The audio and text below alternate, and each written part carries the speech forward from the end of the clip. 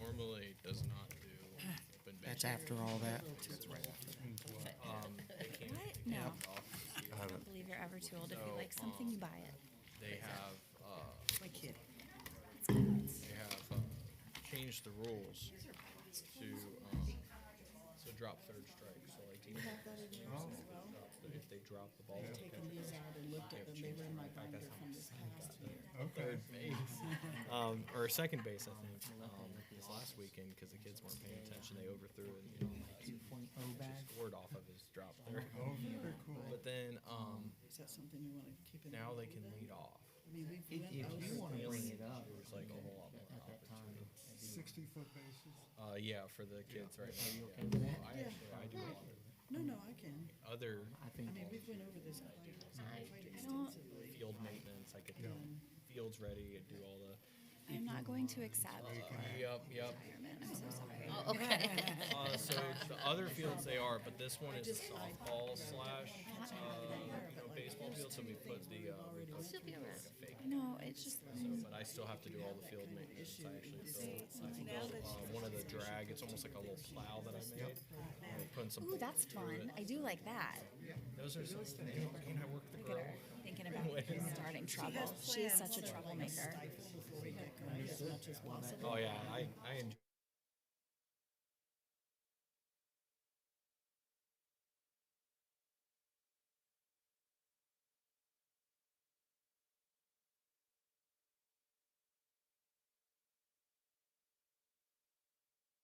And then we have. I think it's also Rick Howard's. See, that's what my son.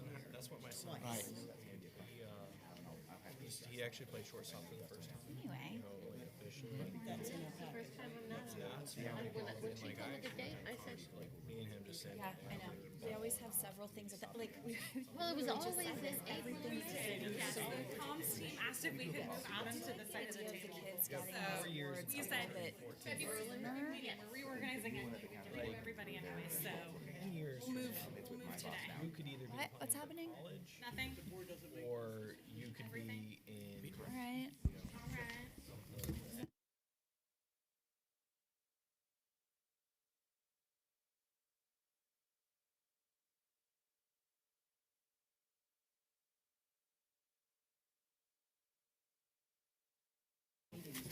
All right. Okay. Yep. All right. All these. Okay. All right, everyone. It is 9 o'clock. We're going to go ahead and get started with our meeting today, beginning with the Pledge of Allegiance. If everyone would please rise and face the flag. I pledge allegiance to the flag of the United States of America and to the republic for which it stands, one nation, under God, indivisible, with liberty and justice for all. Amen. I added that part. All right. So we're going to do a roll call. I will say, before I do the roll call, Mrs. Edith Ramlow, member Ramlow, she is running a little bit behind. She had a short emergency. Is she coming in? Coming in. All right. Okay. That worked out perfect. Welcome. All right, so roll call. Mrs. Ramlow, present. All right. Mr. Bramlett, Present. Mr. Campbell, Present. Mrs. Nelson, Present. Mr. Parada. Oh, here. Yeah, thank you. Mrs. Ramlow, present. All right. Mrs. Benefield, Present. Miss Myers, Got it right. Hi, here. good. Mrs. Morriston. All right, we have everyone here.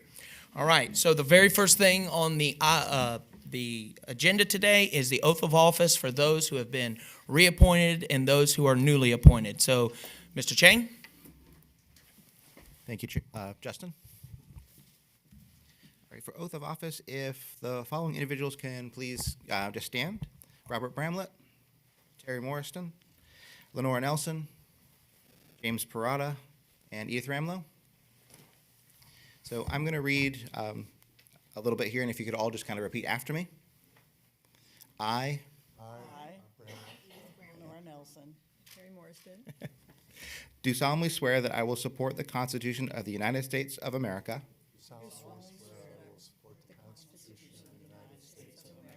and the Constitution of the State of Florida, and the Constitution of the State of Florida, and that I will faithfully perform the duties of the position of Citrus County Special Library District Advisory Board members. yeah, right, Okay. That I will faithfully perform that I will faithfully perform the duties of the position of the duties of the position of Citrus County Special Library District Advisory Board, Citrus County Special Library District Advisory Board, according to the best of my skills and judgment. according to the best of my skills and judgment. Okay. If you all are in agreement to that, please say I do.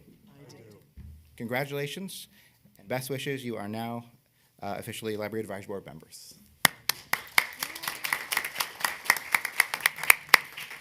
Welcome, everyone. All right. Next, we have the official business of this meeting, which we have to nominate a chair and vice chair. So that being said, I am opening up for all nominations. Do we have a nomination of a chair and vice chair? Yes. Mr. Brent? Nominate Justin for chair and Edith for vice chair. Do we have a second? Second. All right. We have a nomination of a chair and vice chair. We have a second. All in favor say aye. No. All opposed say aye. Aye. Aye. All right, so we have, how many? We have one aye for, in favor, Okay. All in favor. Raise your hand. All right, 1, 2, 3, 4, 5. All right, and I guess I'll say aye.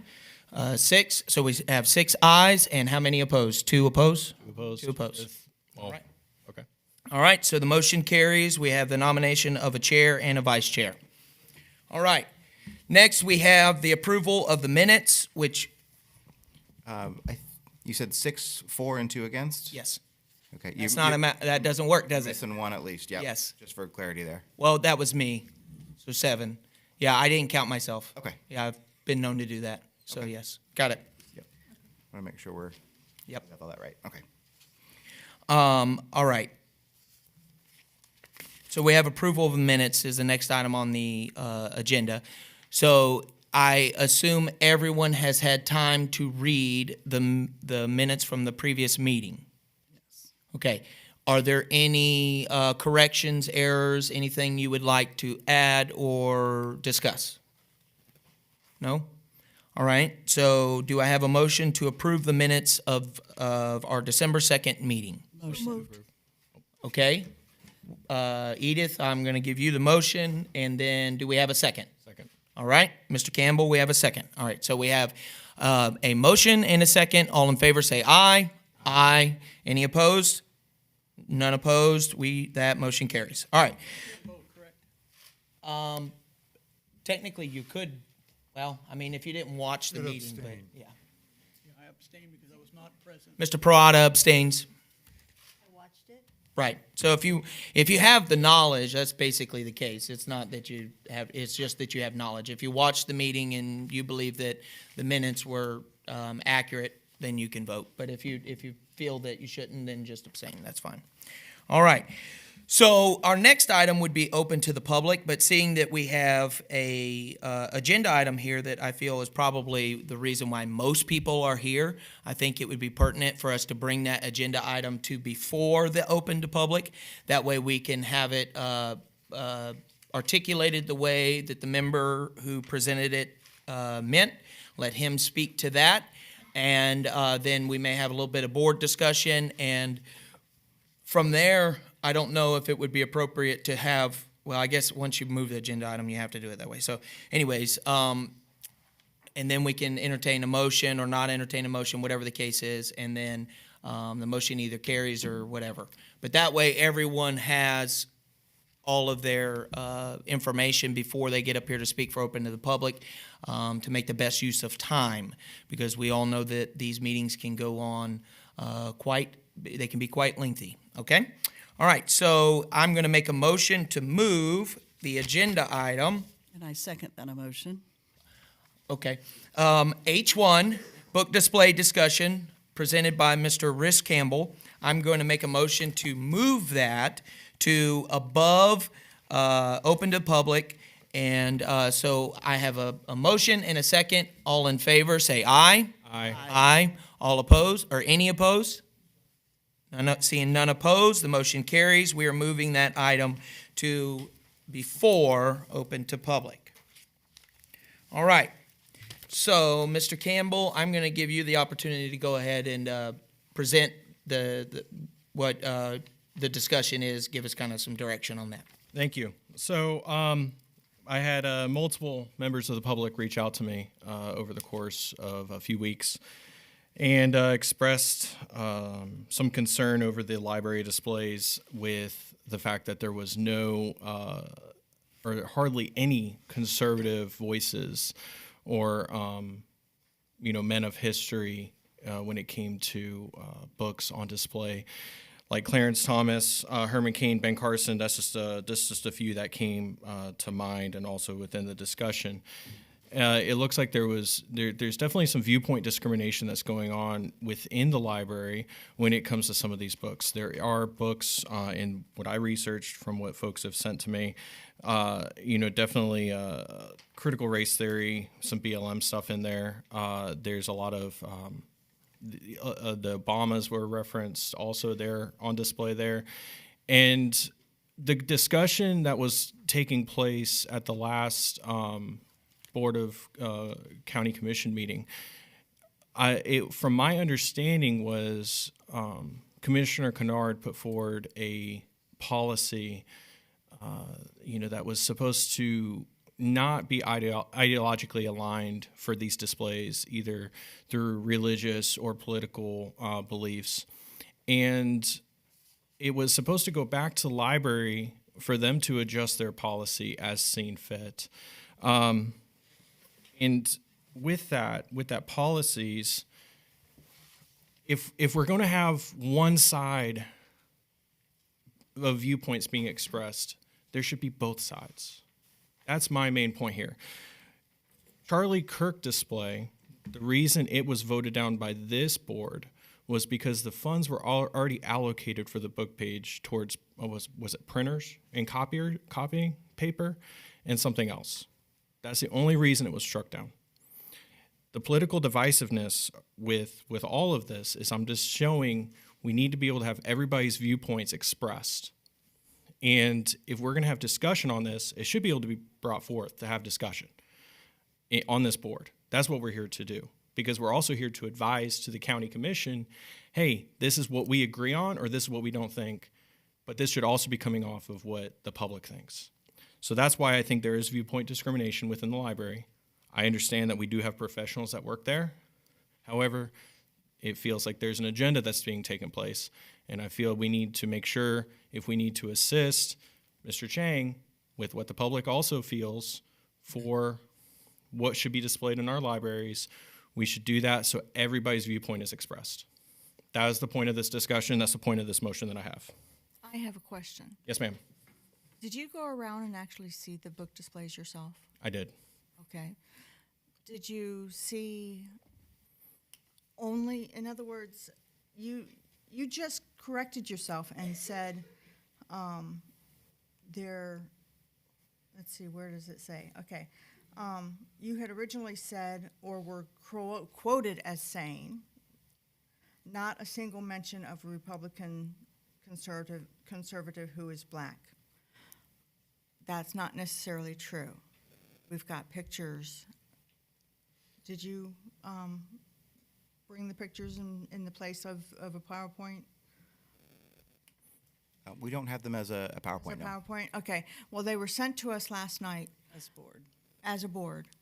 And so because I did not get a chance to go around and see all the book displays. And so basically, what I saw in the pictures was a good mix of books that were not all critical race theory and all negative. And so really, I'm not sure how you get to your point of viewpoint discrimination taking place when it comes to displays within the library, quote unquote. And so what I'm wondering is, of the constituents that called you, did Mr. Labriola call you? Yes, he was one of the people that called me. He Yes. was one of the, yes, because he often calls one of us at least to ask that we do a motion. And so that's something that, you need to be upfront about. Does this come from your expressed opinion of whether this is wrong or right, or does it come from Mr. Labriola? Fair point.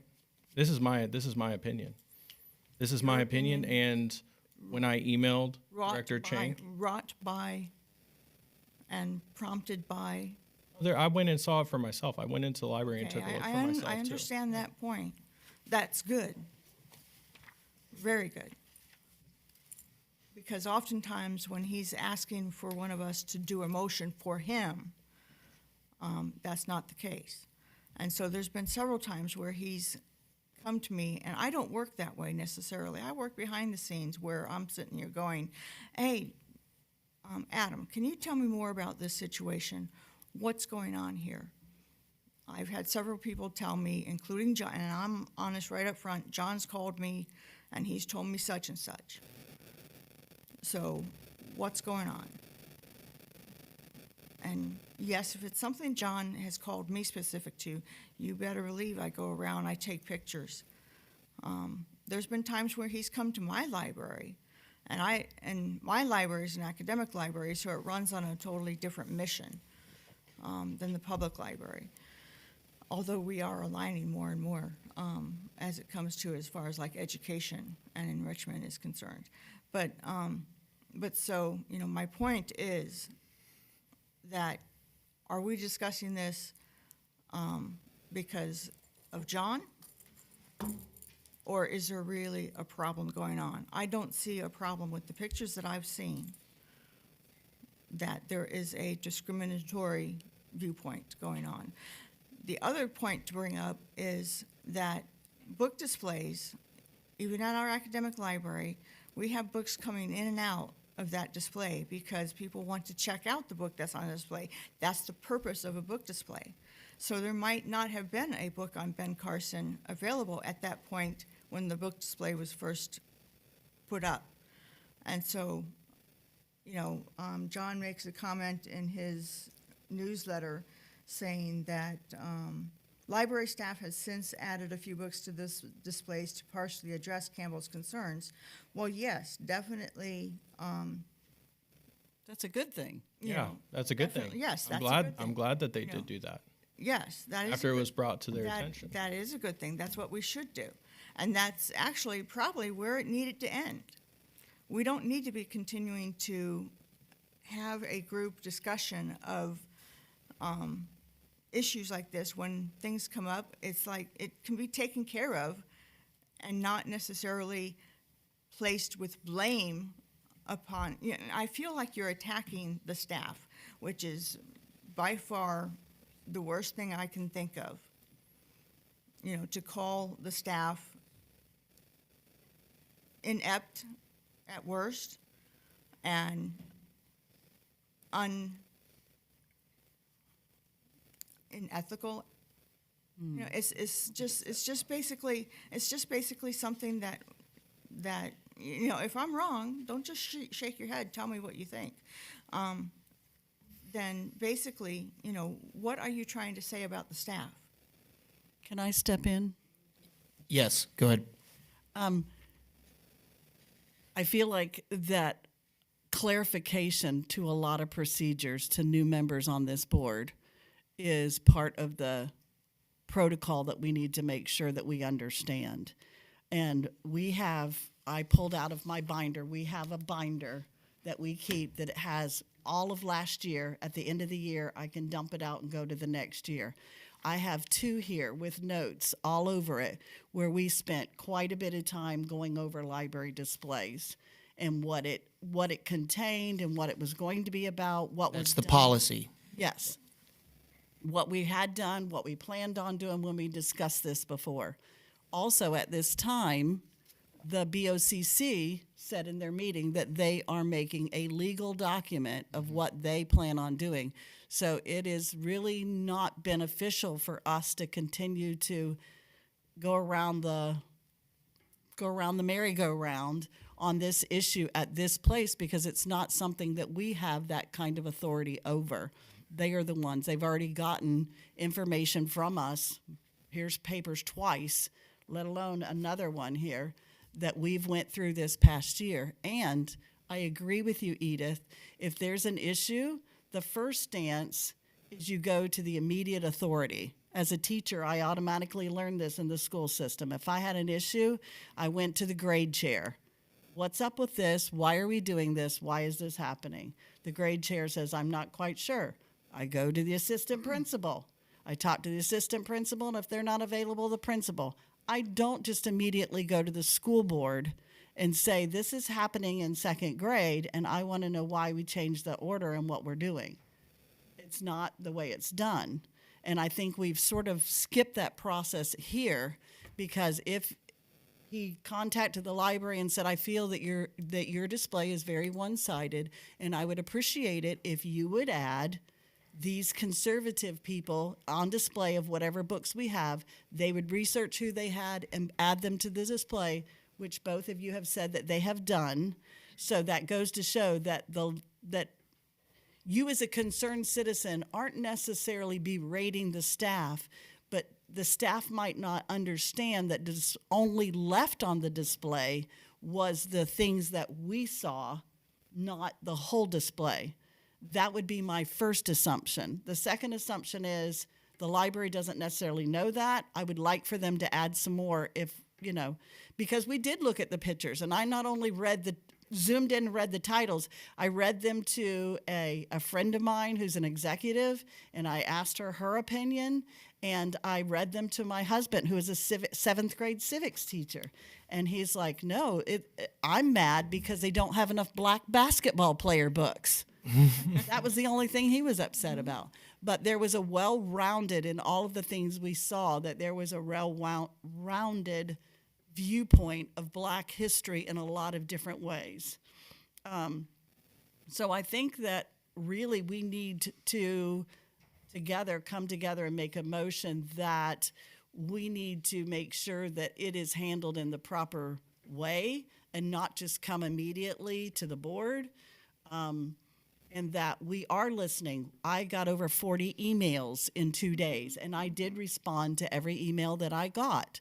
Thank you. We do see your emails. We do collect what you've said, and we will take it. But it's not something we need to necessarily take and discuss here, I think, as a motion. It needs to be handled in the proper way that it's supposed to through the legal hoops, so that we don't go over something that we can't make a change in. So just for clarification, Mrs. Nelson, you mentioned 2 different motions there, talking about which there never was a actual specific motion that was put. You just mentioned that making a motion. It's a discussion item. Yeah, this is a Right. discussion item. And, but what you would be saying with regards to changing the process as how we as a board address stuff here in the board would require us changing how motions, are added to the agenda by a board member. So that essentially would be the motion, is what I'm getting at.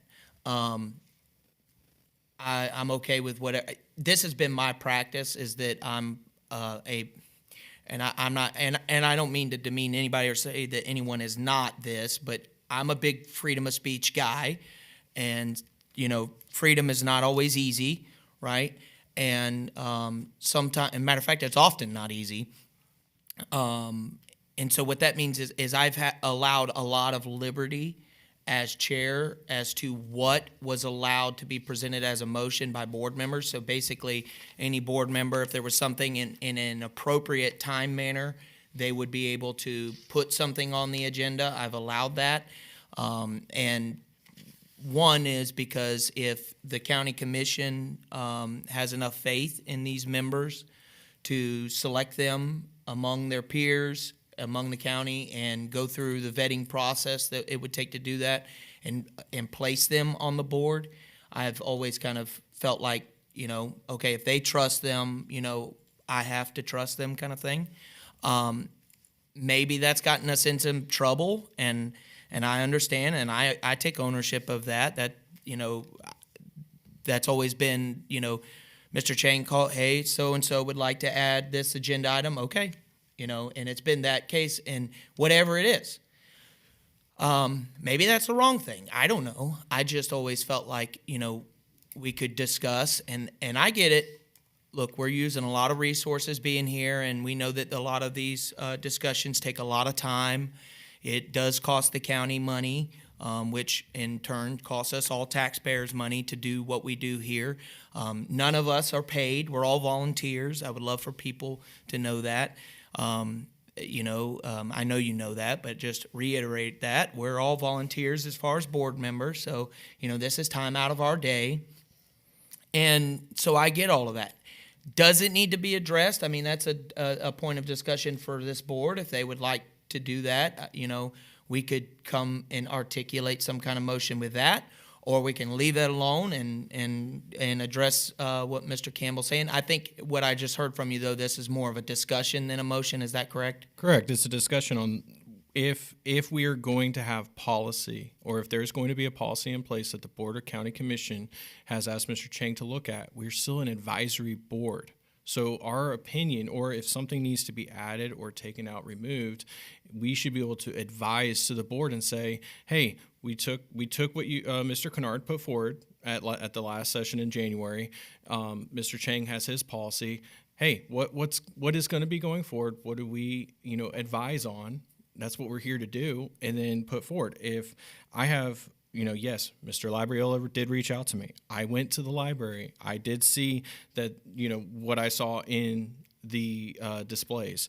If I feel also that, there is some discrimination, or, there might be a lack of something here, does it meet the policy? Well, the policy is in draft as I understand it, or it's being reconsidered. It's in legal. Well, yeah, it's being reconsidered. So if there's something where we need to say, hey, we'll say Women's History Month. We need to make sure that everyone is represented for Women's History Month. Everyone is represented for anything for the Revolution, Veterans Day, anything like that. All I'm saying is no matter what your political party is, everybody should be represented when it comes to Black History Month, Women's History Month, Indigenous person. It doesn't matter.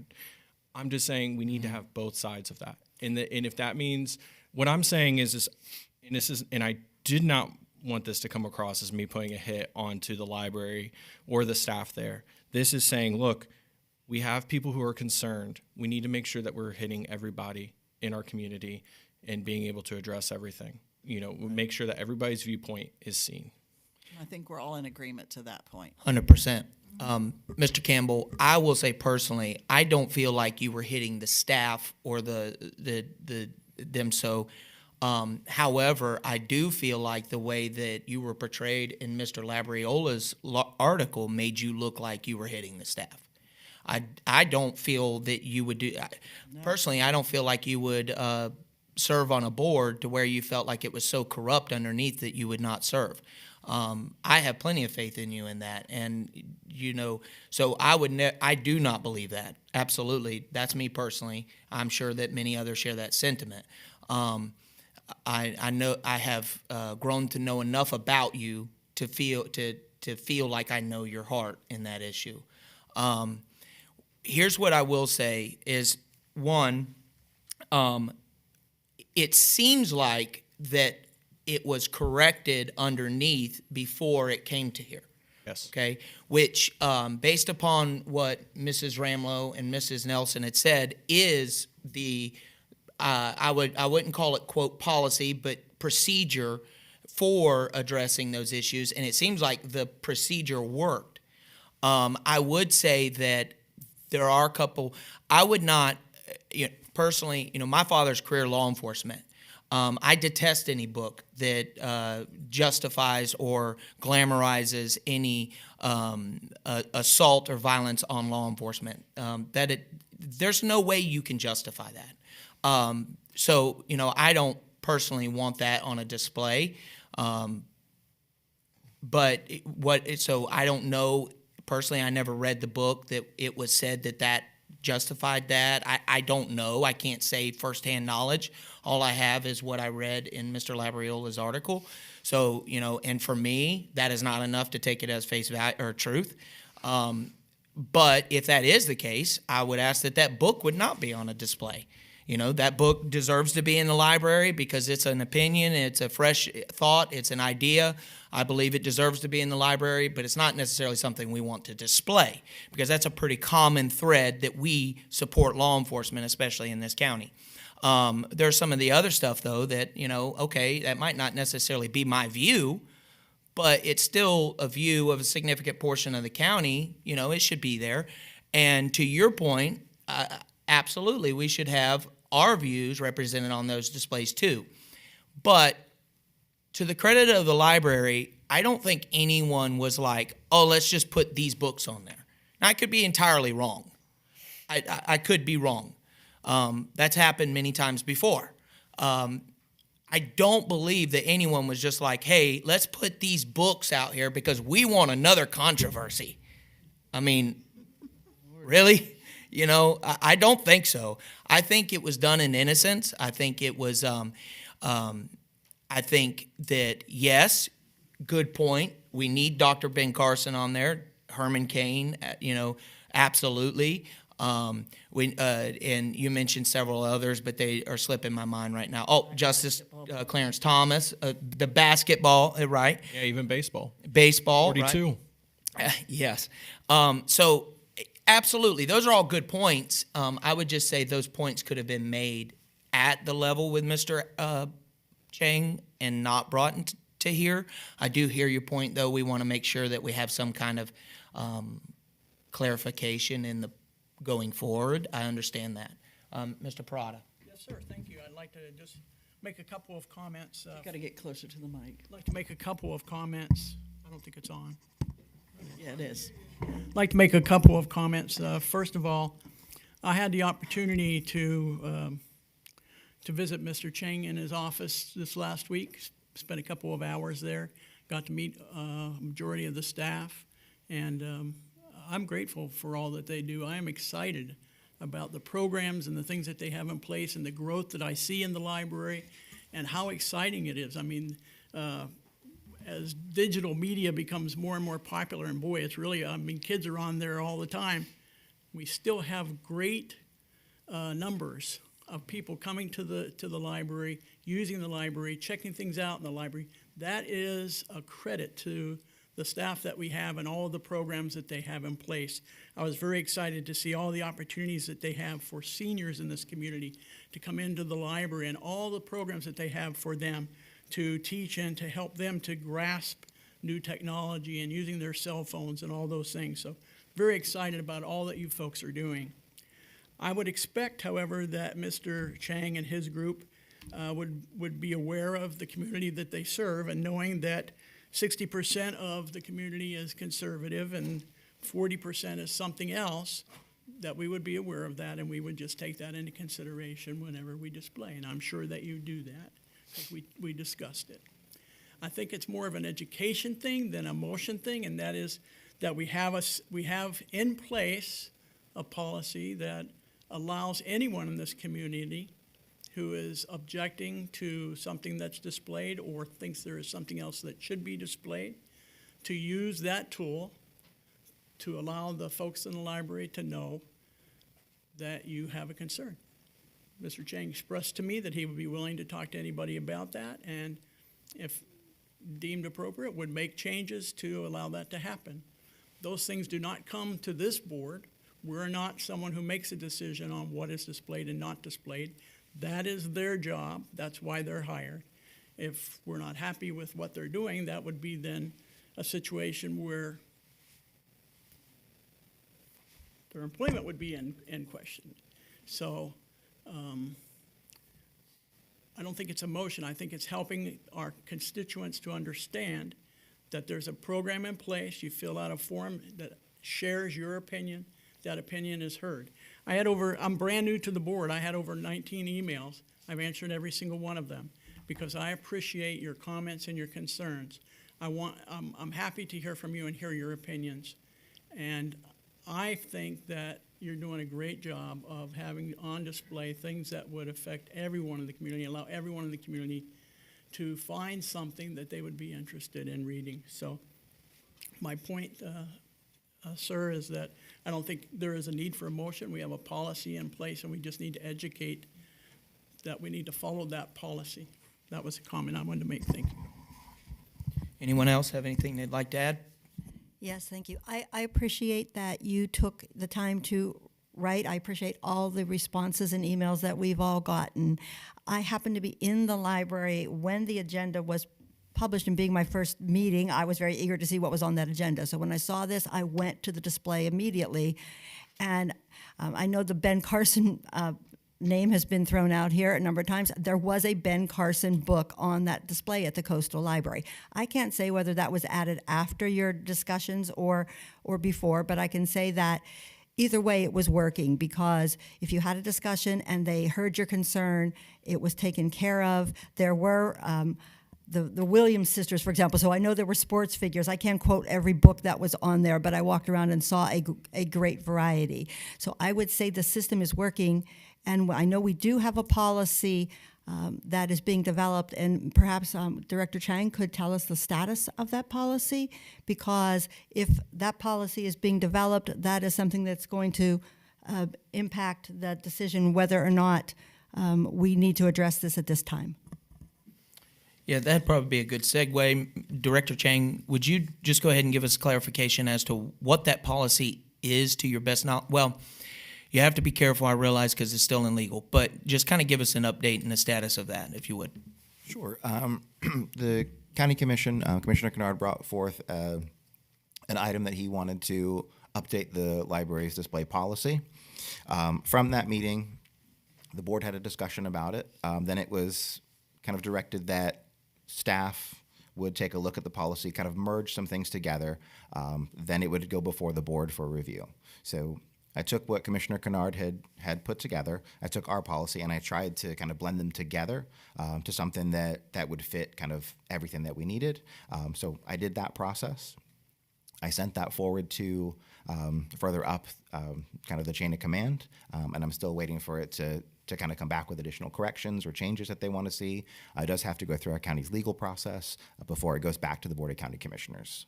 I will say, Riss had mentioned that this board didn't really have a say in what that was going to be part of that policy.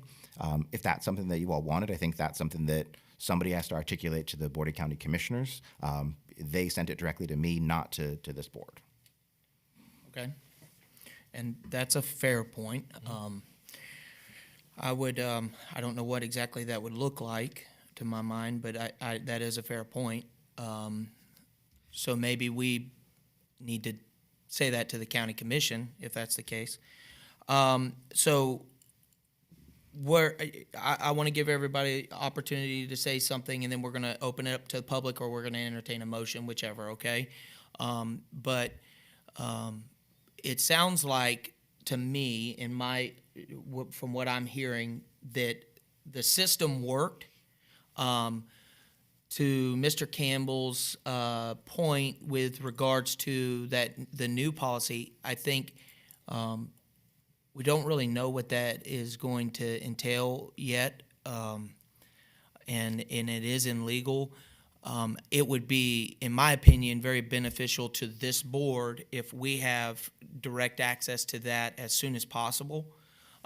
So as to what that policy looks like, I would say I realize that there's some, you have some restrictions on that because it's illegal, but whatever timeline that looks like, I think this board probably should have first eyes on it, if that makes sense, before it goes anywhere else. And obviously this is a public board, but I think that needs to be addressed to county staff, if that makes sense.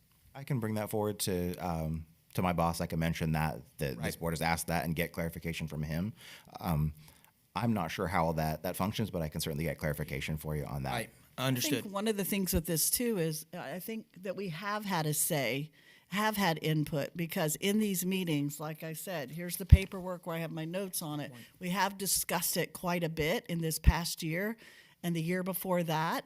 So I think if they gave that to Adam, Adam knows what we've discussed here. He can look back at his notes from Caitlin and all the notes that's been taken to be able to review what we have said that the public has concerns and come to us about. Let's make sure that this is in that. Yeah, I agree with that. Okay. I agree with that too. I think this is also exhausting and we need to move on. All right, so anybody have any motions, anything like that? Thank you for the discussion. All right. Chair? Yes. If I may? A couple of things I want to kind of clarify since we're talking about book displays and the idea of books appearing on displays.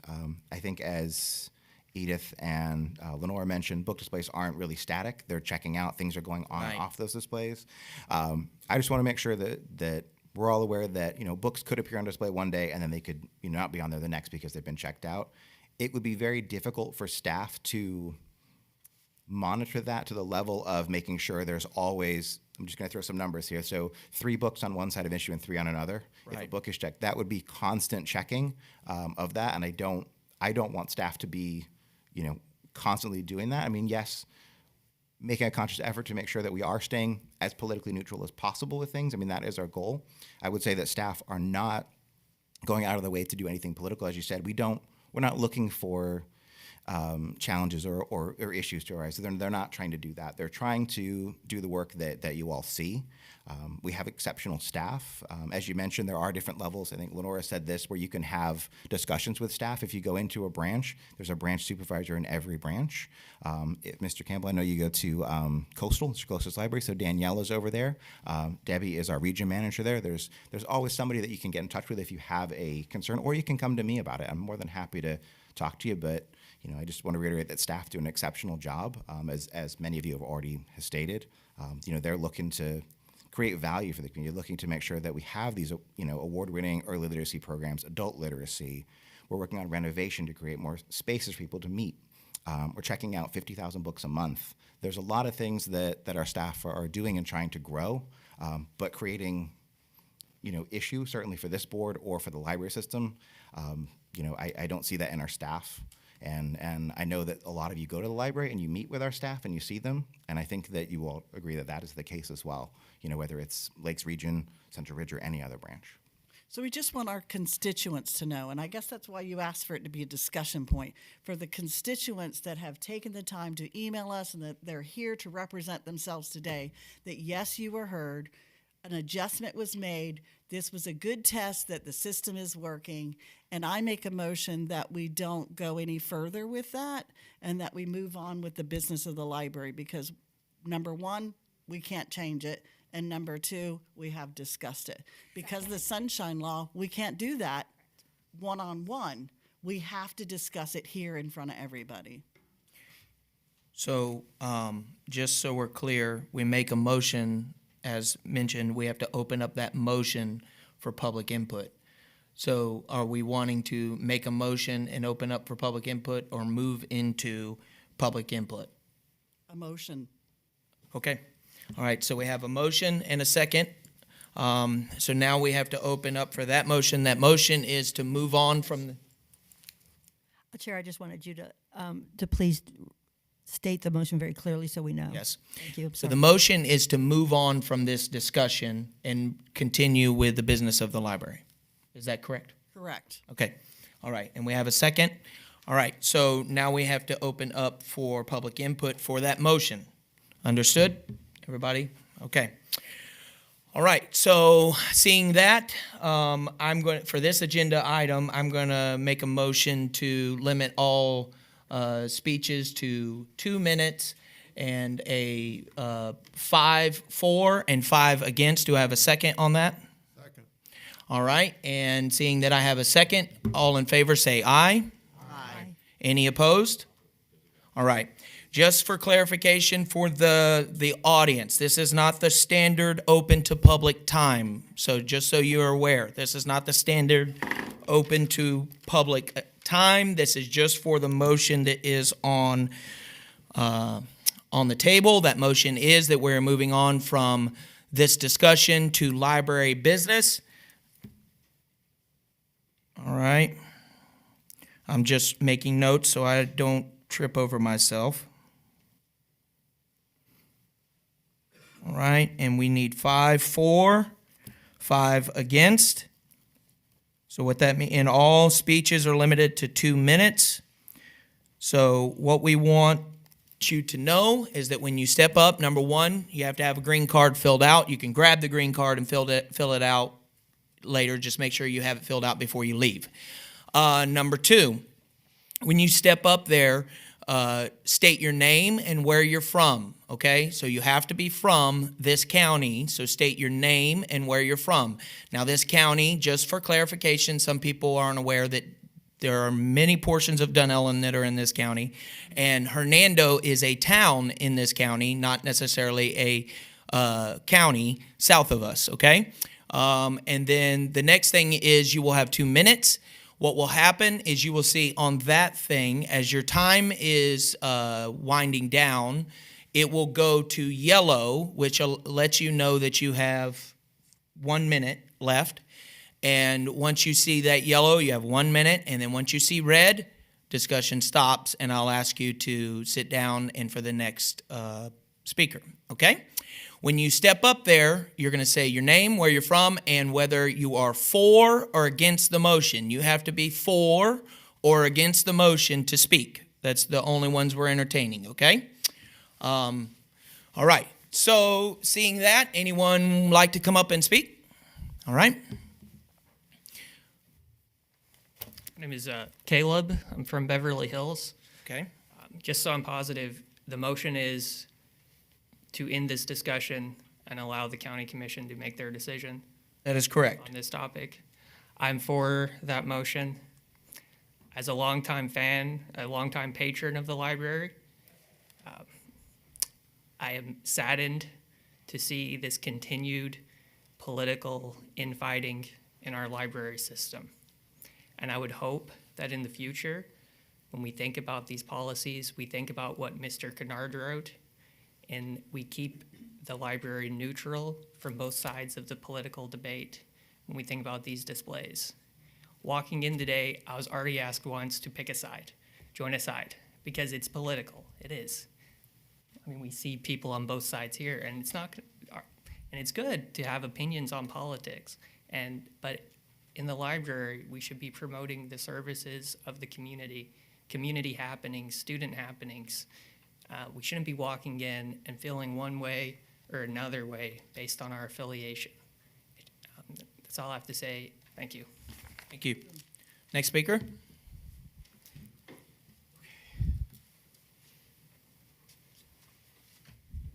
Good morning. My name is Joe Papp. I've lived in Crystal River for the past 20 years, raised my kids here. I'm totally against the motion. I think that people should have the right to speak. I think the library is doing a wonderful job. That's an emotional plea.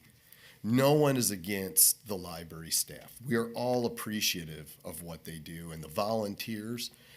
But I think we need to open up this discussion. This has nothing, only decent books that promote unity, promote something decent.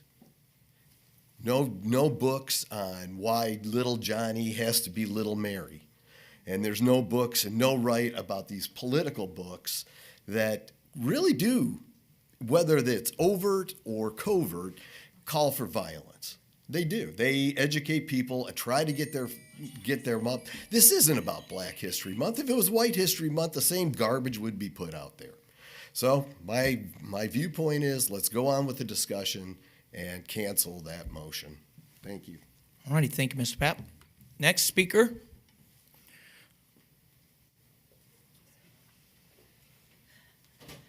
Good morning. My name is Janet Borton. I live in Citrus County, Sugar Mill Woods. I'm in favor of the motion. I think it is well-reasoned. I think it's thoughtful. I think that Caleb was correct. Nobody wants to walk into the library and feel this division, feel like their ideas aren't important. So a well-balanced 6-7, well-reasoned approach to the library is what you guys are talking about now. And I just want to be clear, this is that 1H, is that the item that you're tabling? Technically, it's H1. Yes, thank you. Okay. So I'm in favor. I think you guys are doing the right thing, and I love the library, and I think I've expressed that before. So thank you. I'm in favor.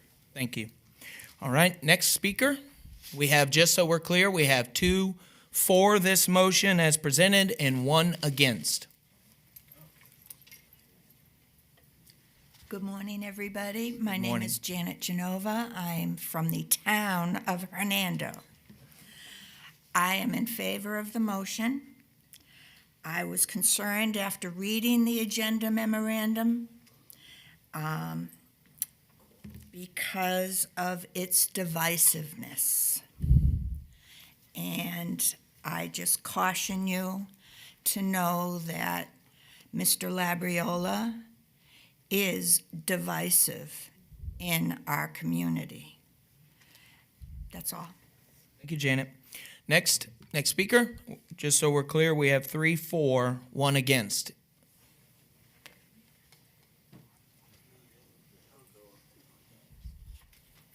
I believe Mr. Brown was walking first. I'm sorry. Yeah, it's okay. You didn't see him.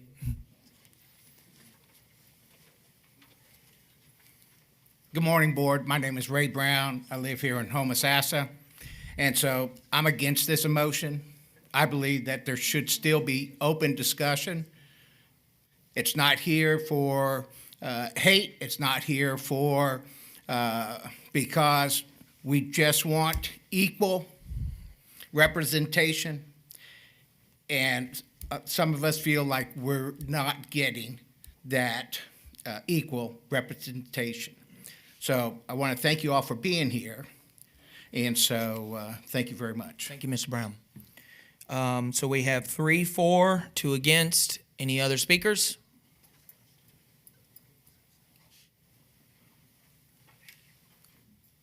Yes, I'm against the motion. I think this should be carried on because we got inequity. State your name, sir, and where you're from. Oh, Ray Kolofsky. I live in Inverness. And, yeah, I'm against the motion, but this should be carried on because we got to have fairness. Let's face it, Mr. Strickland, you haven't voted for the Charlie Kirk Memorial. And let me put it this way. Gianni Labriola is a good man.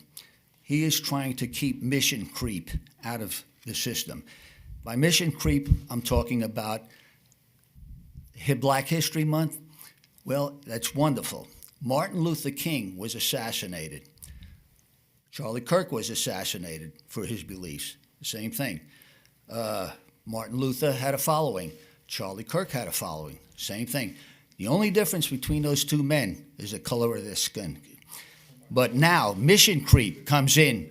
Audience, please. Mission creep comes in when you have BLM, You have critical race theory poisoning what Martin Luther King was standing for. And John Labriola, he's our watchman in Tallahassee, and he is doing the job that should be done. He wouldn't want this job. He wouldn't want to be a commissioner either, because he wouldn't be able to put what he puts down in his Crusader. So I'm against this. This should be going on forward. And let's face it, everything is political. If you go on vacation, it's political. The left makes being a man political. Being this is political. So we're political. We have biases. And that last woman that was up here, she said we have to not be divisive. We said, well, she said, well, that wasn't a, well, let me put it this way. A couple of months ago, there was a woman that didn't agree with what the library said. Thank you, Mr. Kolofsky. Your time has expired. Thank you. She said, Your time F has you expired. and shot you a bird. I remember That's the kind her. of people we don't need. We don't need those people. All right. Next speaker. Just so we're clear, we have 3 for, 3 against. My name is Janet Humdy Morrison. I'm from Hernando, and I'm for shutting it down. Thank you. All right. Good morning. My name is Judith Vowles, and I'm for shutting it down. All right. So just so we're clear, we have 5 for, so we have met the balance of speeches in 4 the motion. We have 3 against. So if there are any other speakers, you must be against the motion as presented. Hello, I'm Lala Sanders from Inverness, Florida, and I appreciate everything that I have heard here. I want to welcome all the new members that are here. And as far as being exhausted, you're volunteered here to do and to listen to everybody. Mrs. Sanders, I'm sorry. You have to state whether you're for or against. I'm against. You were all nominated for such a time as this to have power that God has given to you to glorify Him, not man, so that you do the right thing. I declare a breakthrough right now through the blood of Jesus and all of you right now. And I still believe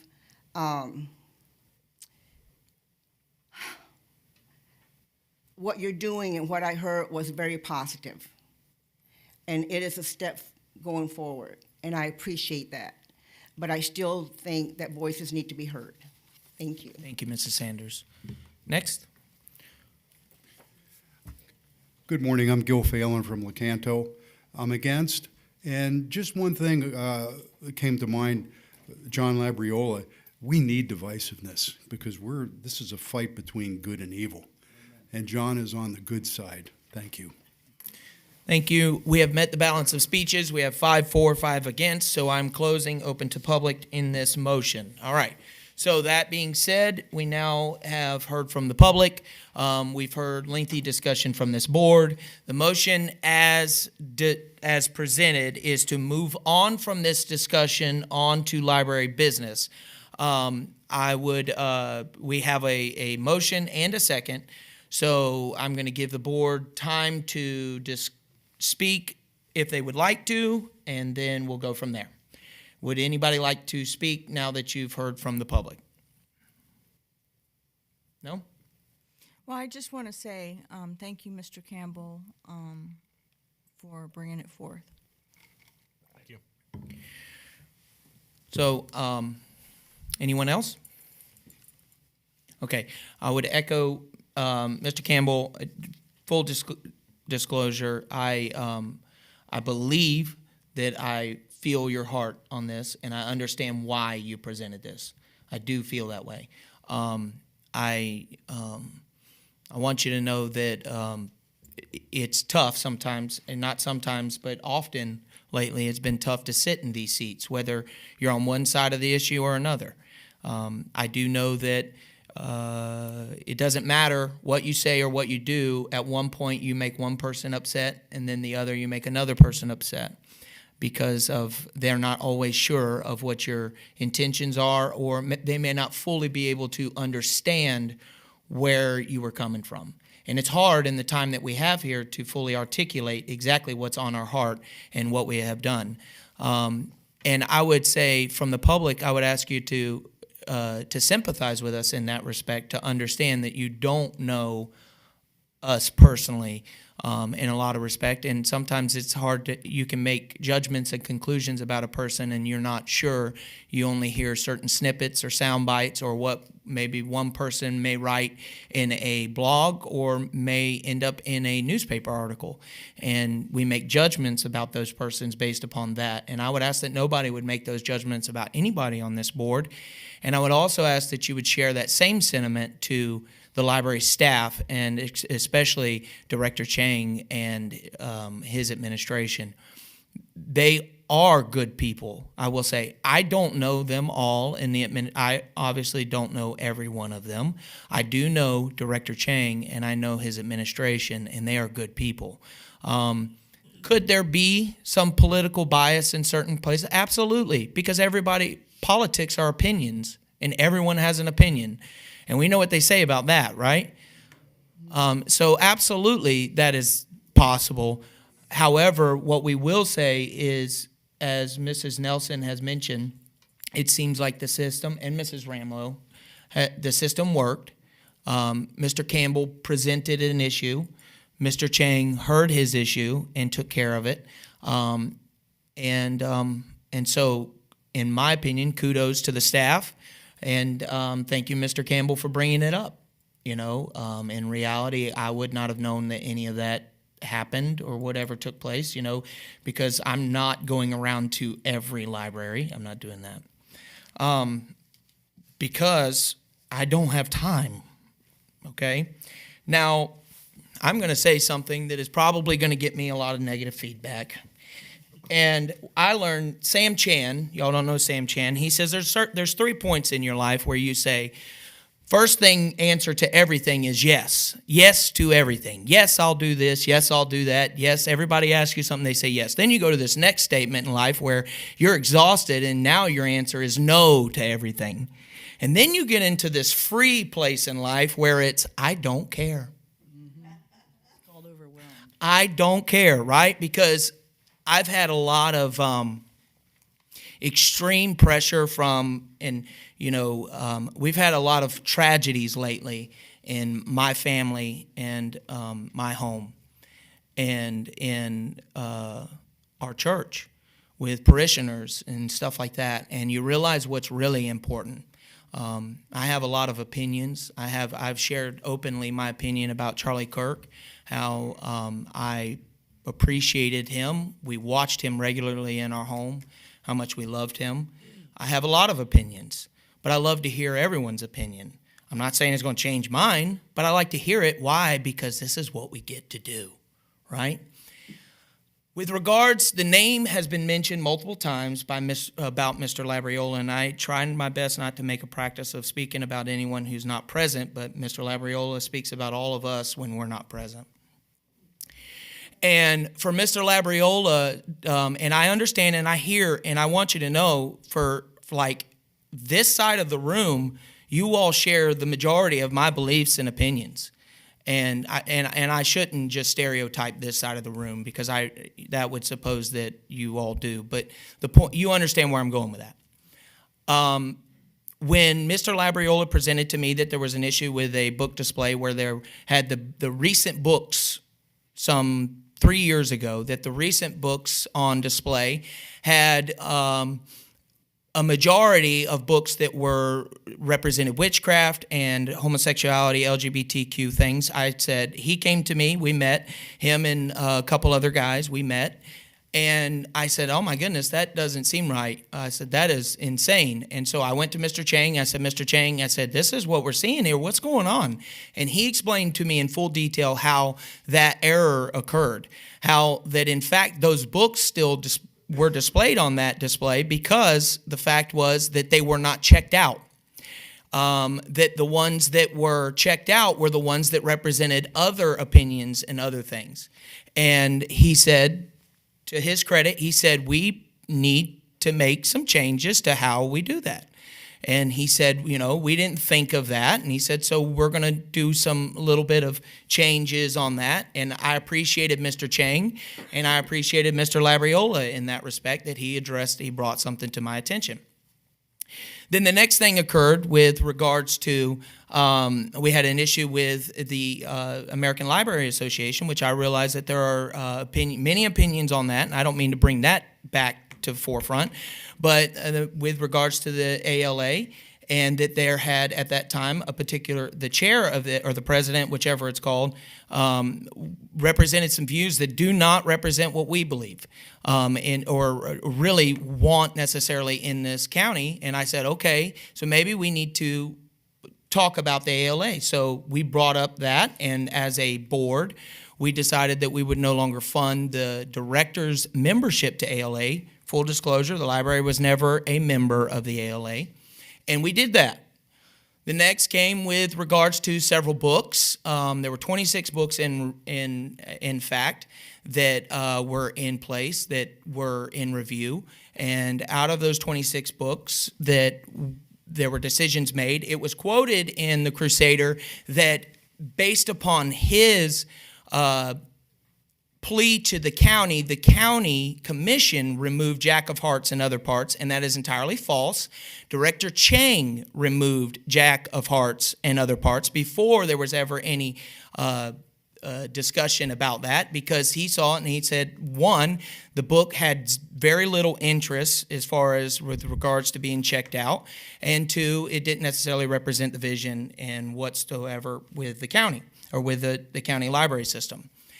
The next thing happened, one of the books out of the 26 books that the decisions that Director Chang and his staff made was the patron who presented this issue came and said, that book, I do believe, needs to go to the library board for further review because I don't agree with your decision. 1 out of 26, I will say. So that 1 out of 26 we reviewed. I personally felt like that book needed to be moved from young adults into the adult section. The board disagreed as a whole, but that was my opinion. And that happened. Then the next thing that came about is I, as well as several other board members, mentioned that maybe we need to think about what our young adults' age is. At that time, it was age 12 to 18. So Director Chang came back and he did some research with him and his staff, and they came back and they moved it from 15 to 18. Now, I shared my sentiment that, in fact, 15 to 18 probably was not enough for me. I thought that if it's a young adult book, it should be 18 to 25 because that's what I classify as young adults. However, the board disagreed and we moved on. The next thing is that with regards to access to the board or access to certain books, that children would have access in the library that they could not have, that they should not have access to certain books. We all agreed. We said, man, that's we need to do something about that. Mrs. Edith Ramlow actually presented. She said, well, why can't we do that within their library card and actually restrict access to what books children could check out and make it voluntary for parents, that parents could do that. And Director Chang and his staff came back with a restricted access card, which we're going to hear information about later, that addressed that issue, and it's completely voluntary, so it doesn't hurt anyone's feelings. You either want it or you don't want it. You can restrict the access to your children if you like, or you can choose to allow them to read whatever you want them to read. And they did that. And we were praised. I received, as well as many other board members, by the Christian Family Coalition, a certificate of appreciation for standing strong in voting in the way that I voted. But then when I shared my sentiment over the fact of what we had with the display with regards to, I heard it mention a Charlie Kirk memorial. It was not a memorial. It was a display specifically for Charlie Kirk. And a lot of stuff was presented about Black History Month with regards to, you have, putting some kind of equality between Charlie Kirk and Black history, and that argument could be made or not made, and I'm not here to say that.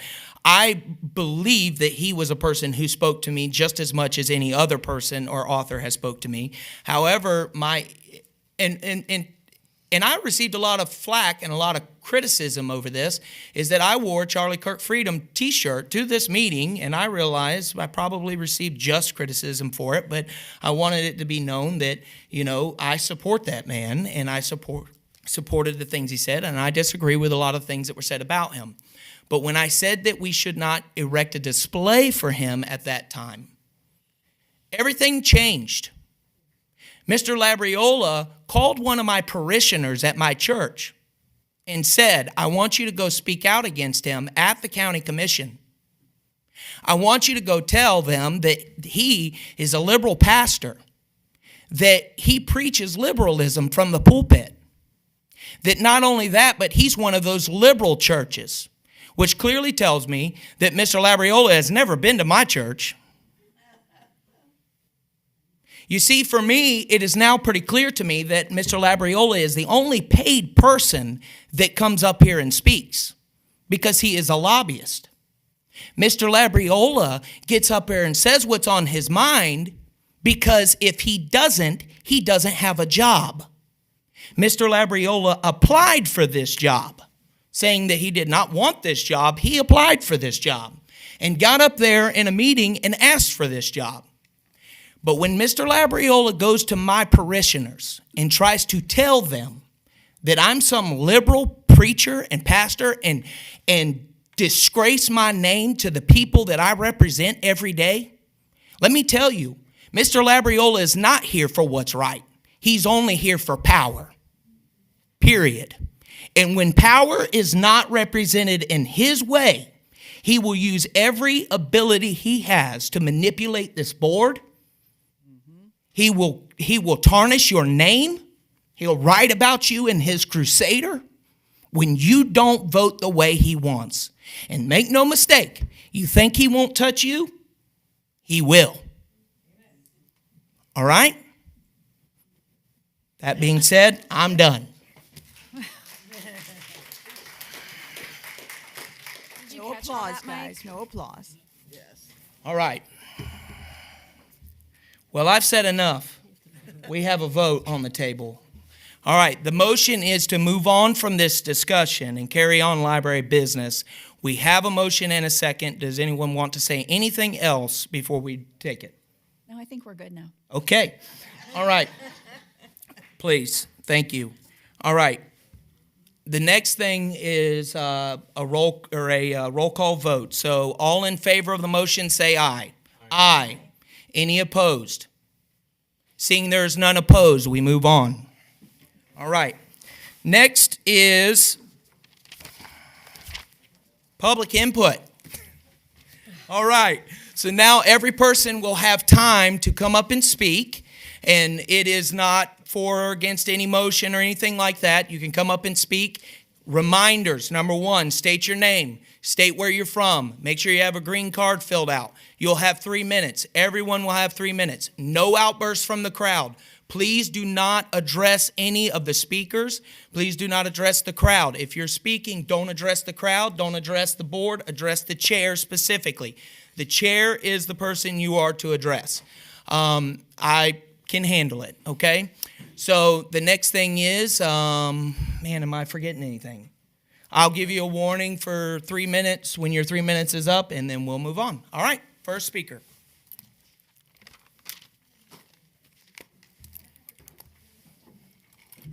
Once again, I'm Janet Genova from the town of Hernando. This is what I came to say.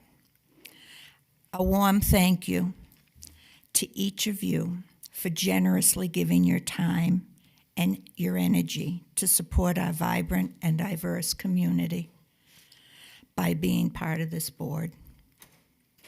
Your dedication truly makes a difference in maintaining and enriching our community libraries.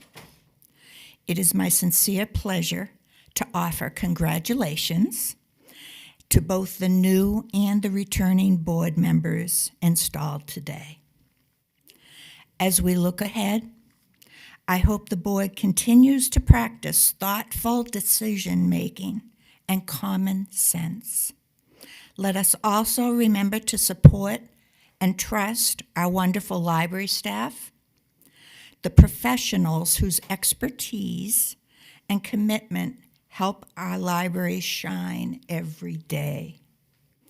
I know each of you joined this board because you care deeply about our community.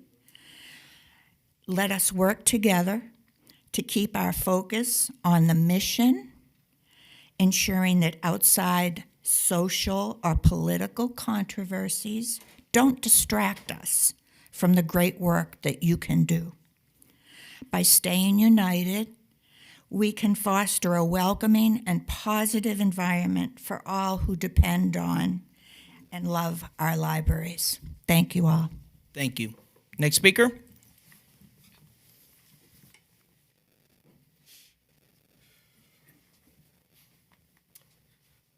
Joe Papp from Crystal River, 20 years. I really believe, well, one of the reasons I would like to see you guys vote, I want to see what side each of you are on. I don't believe this has to do with Black History Month or John Labriola. I'm a thinking person. I can come to my own conclusions. Yes, I know the man. Yes, I appreciate his synopsis, but I can review on my own. And so this whole diatribe, and I feel bad for you, that was wrong. This whole diatribe about John Labriola is ridiculous. But look, the community is conservative. You say 60%, I say more. And the reflection, some of those, again, Black History Month has nothing to do with it, because if it was White History Month, these anarchists would still write their books. We shouldn't have new people coming into this community and seeing that kind of stuff, just like all the abnormal, sexual, whatever, trying to teach young kids that it's okay for Bobby to be Julie. I think that's absolutely wrong, and I think it should be policed more. I heard, oh, it should have this on the discussion on this side, left, right, over here. But if it's wrong, if it's a lie in the book, history-wise, it shouldn't be represented. Not everybody's feelings or freedom of speech deserves to be front and center to represent this wonderful community. Citrus County, again, is highly conservative. If the public would know about this, this room wouldn't contain even a third or a quarter of it, because it's wrong. Some of the books that have been displayed are wrong, and they need to be, and I'm not denigrating the library staff. You know, the volunteers, some of them are paid, but you know what? Nothing compared to what a real job, or that's not right, another job would pay them. And so I just want to make that clear. But you've got my viewpoint. I think that should be taken into consideration. I, however, would have liked to see your hands on both sides of it. Thank you. Thank you, Mr. Papp. Listen, crowd, you got to keep your moans and whatever that case is to yourselves, okay? Thank you. Next speaker.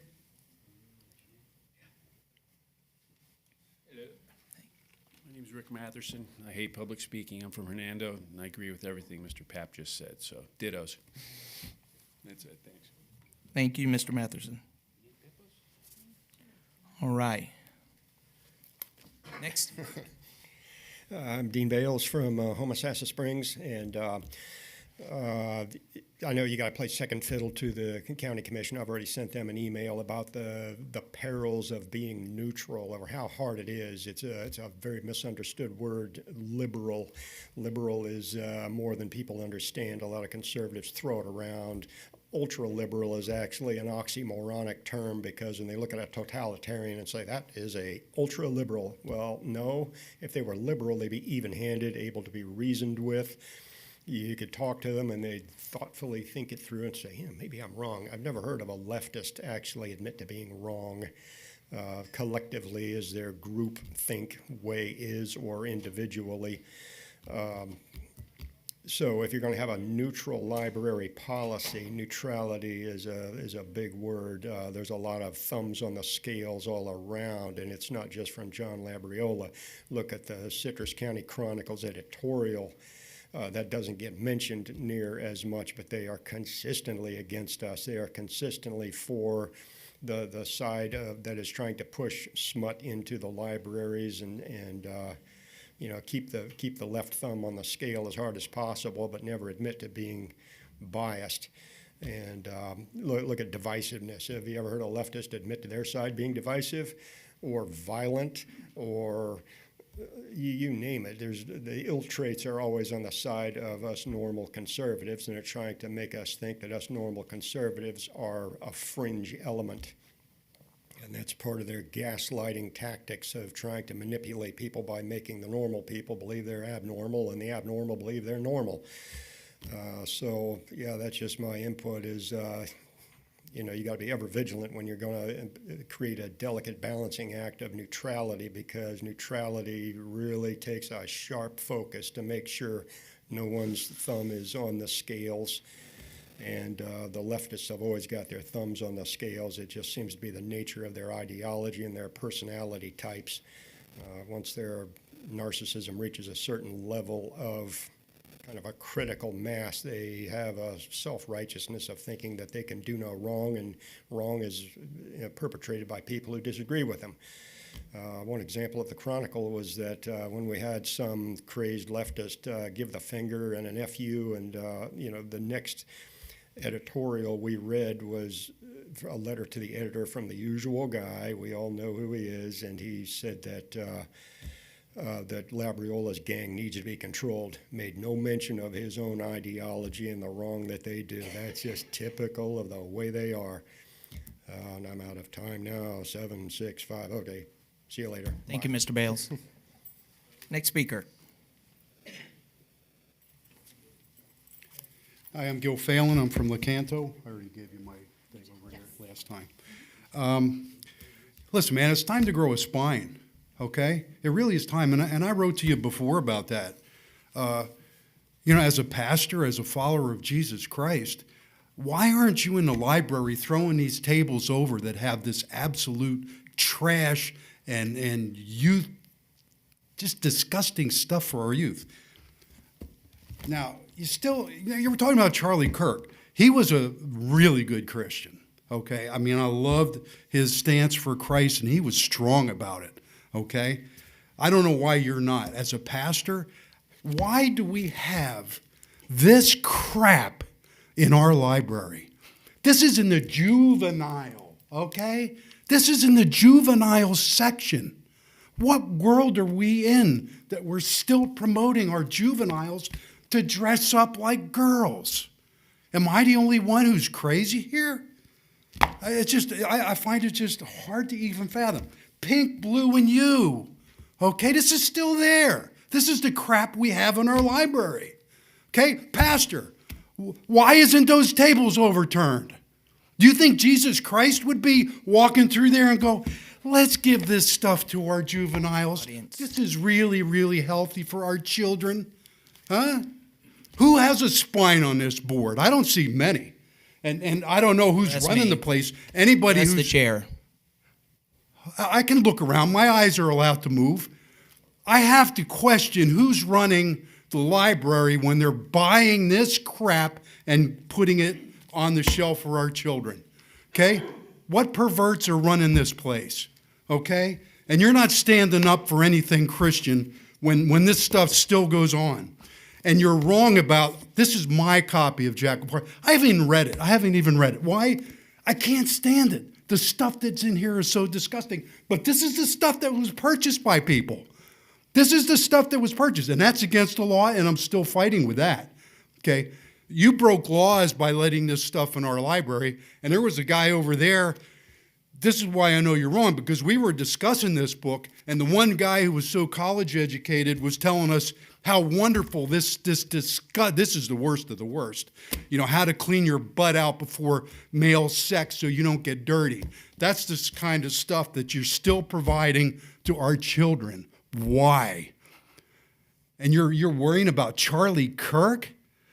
Okay, I think that's an important subject, but I think what's more important is why do we still have this crap in our library? It's disgusting. Thank you. Thank you, Mr. Phelan. Next speaker.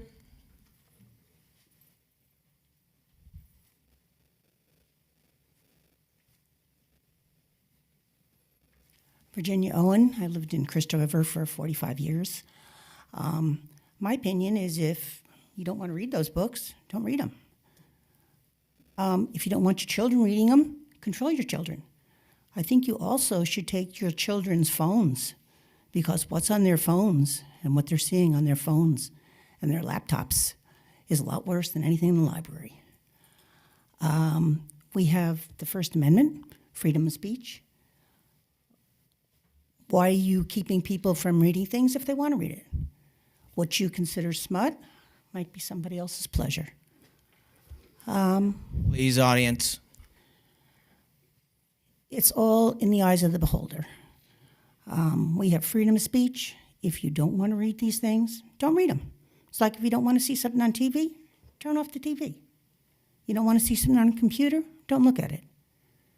But don't deprive other people from freedom of speech. If you don't want your children to read it, control your children. If you can't control your children, then that's a problem. Thank you. Next speaker. Hello, Lala Sanders again. I am going to tell you a little bit of how I met John. And it was during the Christian Coalition, and it was on abortion. And that's how that got started. So we all might have something, but it doesn't mean that we do. I don't. I'm sorry.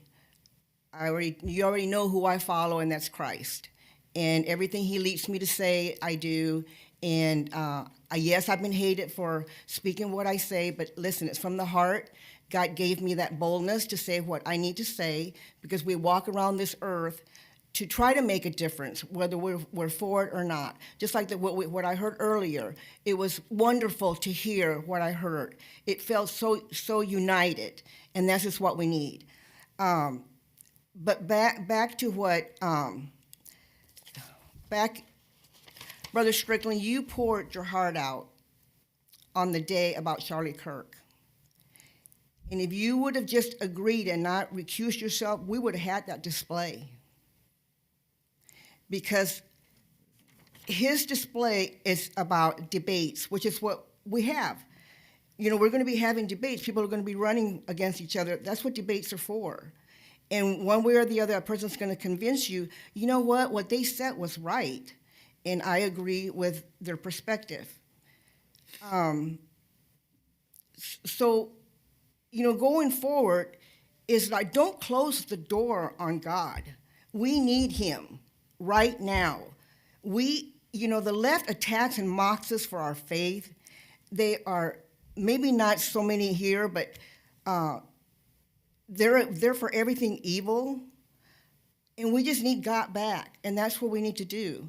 You know, there's verses in the Bible that will draw us back to that. We will be better people. We will serve better if we just do that.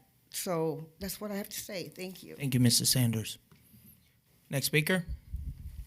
She's Mr. Kolofsky. She was first. Sorry. Hi, my name is Jennifer Matthews. I actually live in Sugar Mill Woods, Homosassa.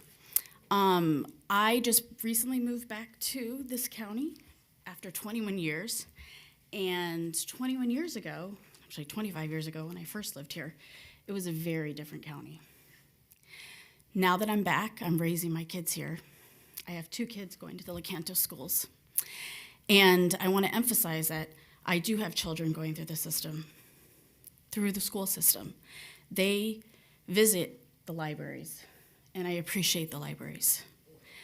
I want to say, as somebody came up here and said that they totally agreed with what somebody said, the libraries are here for children to learn.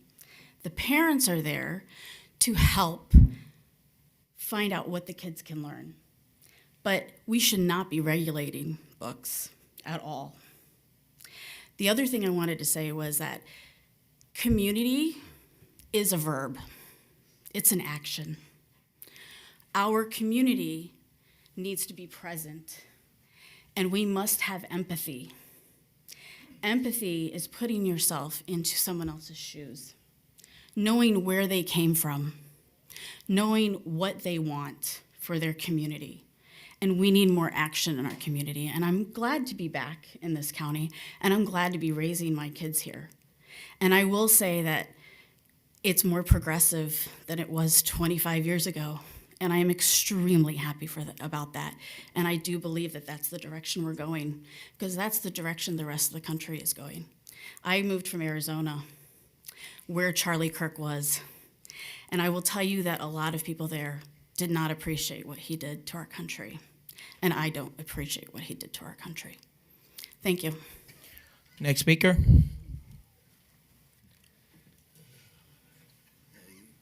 You have my card up there, yeah. My name is Ray Kolofsky. I live in the county of Inverness. I disagree with that young woman. I agree with the people before her. These gentlemen back here, I wish I could speak as well as they can. But the left always tries to hide behind the freedom of speech. Where did the Jews get freedom of speech in the colleges? It's only when it suits their agenda that it's freedom of speech. We had, in 1 month, 2 trans people. One in Canada killed children. The other one in this country killed his family. I believe he killed innocent bystanders at a baseball game. A while back in Tennessee, we had a trans person kill children. They didn't release the manifesto from him because it would go against the narrative of the left. This is evil. We got to keep it out of our books. Insane people write books, but that doesn't mean that our children have to read them. There's a joke that went around. Trump said he's going to open up insane asylums. Somebody said, well, open them up in blue cities, because if anyone escapes, we'll know where they are. They'll be elected to the legislature in that city. And that's pretty true. Gavin Newsom was trying to placate to the black community over TV, saying, you're just like me. You're stupid. My SAT scores was only 940, and I can't even read. But I'm running for president, and these are the people that are going to be close to the levels of power? Come on. Ocasio-Cortez was, it's such an embarrassment. It's an embarrassment. And this, we got to keep these people from putting this smut out in our libraries. I appreciate what you people are doing. I'm not mocking you or anything like that, but I'm just telling you what it is. This is a conservative county, and we must be there. These lefties, it's only one way. And you see it on TV, on the colleges. They made attempts on Trump to assassinate him. Past time, this guy was mental. They're constantly berating the police, law enforcement, ICE. There's crazy people out there. When they're listening to leaders of our country telling, say, hey, it's all right to get in front of them and deter them. Thank That's you, Mr. suicide by Kolofsky. cop. Your time is Suicide by expired. cop. Thank you. Next speaker. Okay, I'm back again. My name is Janet Borton. I live in Sugar Mill Woods, which is part of Citrus County. I'm one of those evil, nasty leftist people who is in favor of free speech and kindness and empathy and all those good things. I've been married over 50 and a half years to my one husband, my one and only husband. We have 9 grandkids and 3 kids. And I am so evil that they're all wonderful, delightful kids who like to come see us and have us come see them. And we go and watch movies together. We read books together. That's who I am. And again, I support the library and I appreciate what you guys are doing. And it's got to be so hard to sit up here and listen to all of this. And I am sorry that that man spoke to you, Pastor, that way, because you're out there in the trenches working with the people. You're soothing souls and you're coming alongside folks. I just think, you know, maybe we should think about like what Romans 12:2 says, I think it is, like, do not conform any longer to the pattern of this world, but be transformed by the renewing of your mind. So anyhow, I'm one of those freaky people, but married 50 years, 9 grandkids, I'm a nice person. Thank you. Thank you. Next speaker. Hi, Caleb, Beverly Hills. Something I've been meaning to ask y'all about, and it might be best to ask, Edith at my local library, but something I think would be very good and good for everyone. Something I've noticed in the meetings, one of the highest demographics going up in getting online and library cards are the age group 20 to 29. And as someone who's always been there and who loves books, we have a lot of all the Western canon. We've got it. Anything you want, Steinbeck, Camus. We've got it. We've got all the classic Western canon. But a lot of young people, and they've introduced it to me, are reading these Eastern graphic novels. I'm reading one now. It's him and I'll buy one, he'll buy another one, because we have to buy it, because it's only in stores. And there's a lot of books like this. You see them on TikTok. You go to Target or you go to Ocala, and you go and you buy them. And especially these Eastern Asian graphic novels, they're meant to be read to have the book, the paper book, because it's different. You begin in the back, and you go left to right, and they're a lot of fun. They're good news stories that we don't have, and it's my understanding it's cheaper to buy them physically than online, like for the e-Kindle book. And I think it'd be really awesome if we could see an expansion in our catalog to some of these books. There's some, personally I would like to see, but they're popular online. People are going to buy them, and it would be awesome to see them at our local libraries. Thank you. Thank you. All right. Next speaker.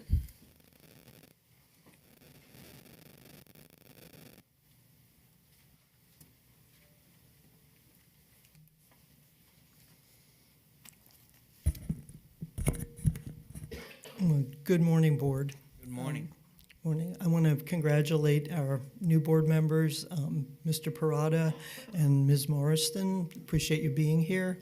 And just to all of you today, I want to thank you. I'm sorry, say your name and where you're from. Robin Orlandi, Dunellen.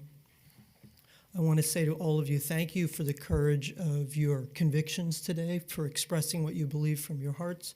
I think your discussion was well done, and you achieved the correct decision because it was based on fact, reason, and precedent. Book displays have been discussed for a long, long time in many meetings.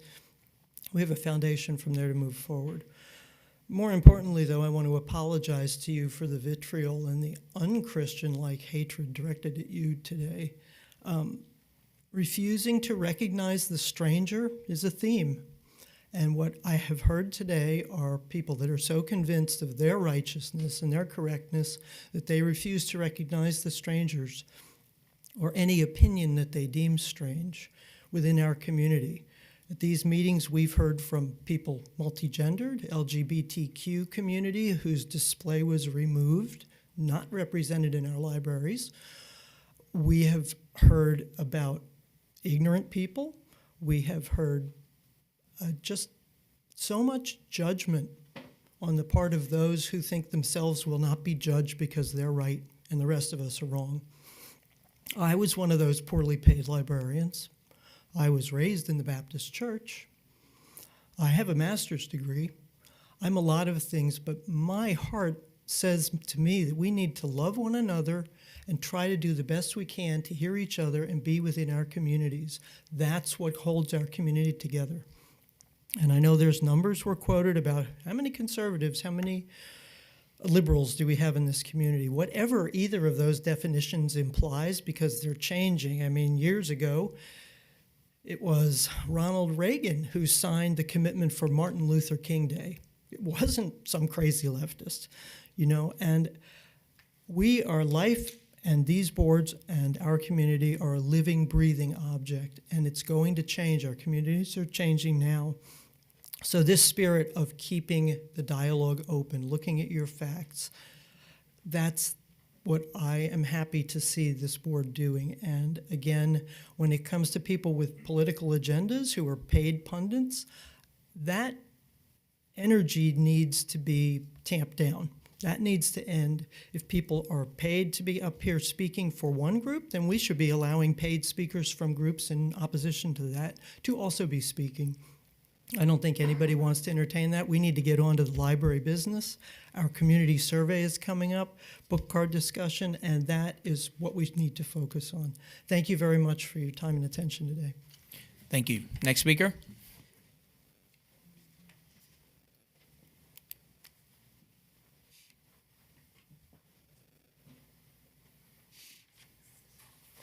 Good morning, board. Again, my name is Ray Brown, a Homosassa. Justin, I'm sorry to hear what happened. Here's the deal. This is not your platform to, say all what you had to say. I can appreciate it, but this is not your platform. I'm here to ask you boards to approve the Charlie Kirk display the week of his birthday, celebrating not only his life, but the books that he has written or suggested people to read.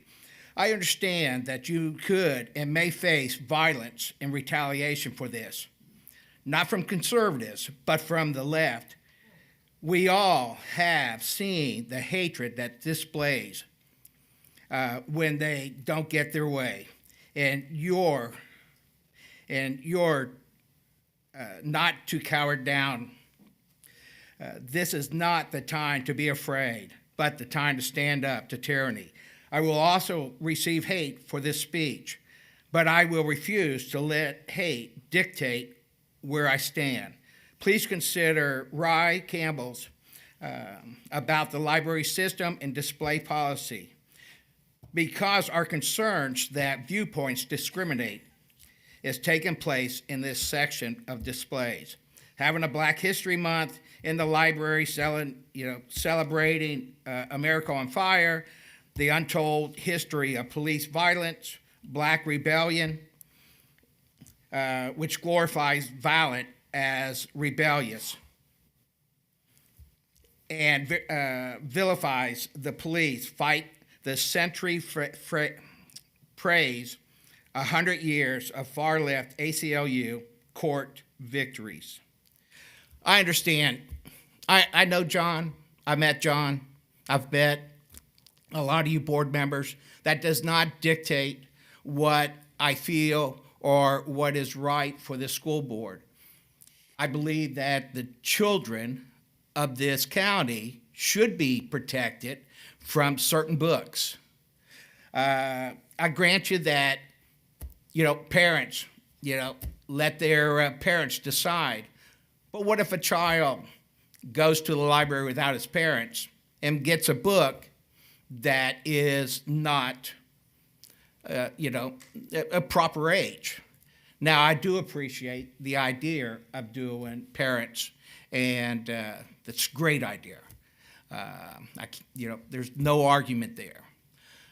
But understand that books of certain natures should not be available. Thank you for being here today, though. Thank you, Mr. Brown. You bet. Thank you.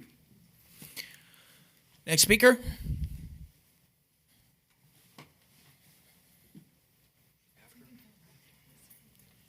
My name is Eric Ball, Crystal River. I'm the guy who received the one-finger salute and the F-bomb at a meeting a couple times ago. And I wasn't even saying anything that controversial, I don't believe. You can roll back the tape, if you will. But, Mr. Chairman, I think your speech was terrible. I think you mischaracterized John Labriola. He has a right to his opinion, too. And I don't know if I I wasn't there to see him approach one of your parishioners, but I assume you weren't either, to hear what was really said. Seems to me like it's another case of a man being hated for his associations. He does claim the Christian faith, as I do, and you. I don't understand why he's hated. I don't understand why Charlie Kirk was hated. I don't understand why Donald Trump is hated. I don't understand. I think the violence and the hatred is mostly on the side of the left. The way Charlie Kirk's death was celebrated, the way I got the one finger salute for stating my opinion, I think the Bible explains it. We will be hated if we name the name of Christ. Jesus said so. He said, if they hated me, they will hate you also. And extremely unpopular to put forth Christian, conservative ideas, to stand for them, but it's why we must stand.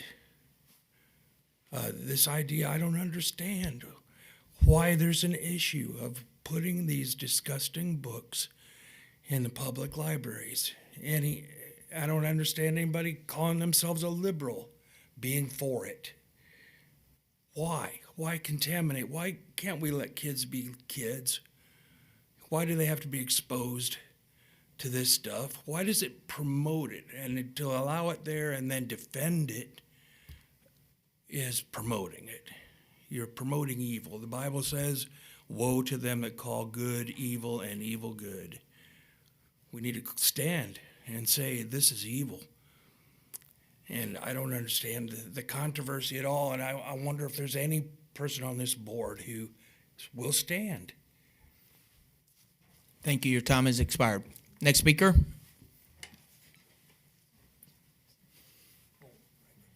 Anyone else? Seeing there's no one else, we will close open to public. All right. For a matter, you're good until you're not good. So, yes. Wow. Running out. Mr. Chang, a couple things for items of clarification. It was mentioned that Jack of Hearts and Other Parts was the book that was discussed in review by this board. Help me recall, but I do not believe that was the book that was discussed in review. That is correct? Yes or no? You are correct. It was not reviewed. Okay. And the book that was reviewed, I apologize to put you on the spot, but do we recall the title of that book? Yep, Here's to Us. Here's to Us, that's right. And that was the second book to another book, but nothing to do with Jack of Hearts and Other Parts. Correct. Correct. So Jack of Hearts and Other Parts was a book that you removed from the library. Correct. That's correct. The book that was discussed was Here's to Us, and that book was the only book out of the 26 books that the patron was upset with the decision made by you and library staff. That was the only book that had an appeal. Had an appeal, correct. And it was the only book that was brought before this board. Correct. And there are receipts on what was said and discussed about that book. And there are, so we never reviewed Jack of Hearts and Other Parts. I'm just saying that because there was some information that was cast that was absolutely incorrect. The other, with respect, and I hear every speaker, and I appreciate your appeal. Mrs. Sanders, I sincerely appreciate what you said. Thank you. And there was another man who spoke with regard, Mr. Papp, with regards as to what was said. With regards to that parishioner, that person was a good friend of Mr. Labriola's and actually ended his friendship over that moment because of the fact of what was said. He felt it pertinent to call me and say, this is what's happening. With regards to all of the other things that I said, mentioning the history and the lines of all the ways that I have voted, voiced my opinions, as well as the way that things were done, what has happened with the library staff as far as decisions, I have receipts on all of that, many of which were written about in the Crusader, speaking favorably on my decisions and what I had said.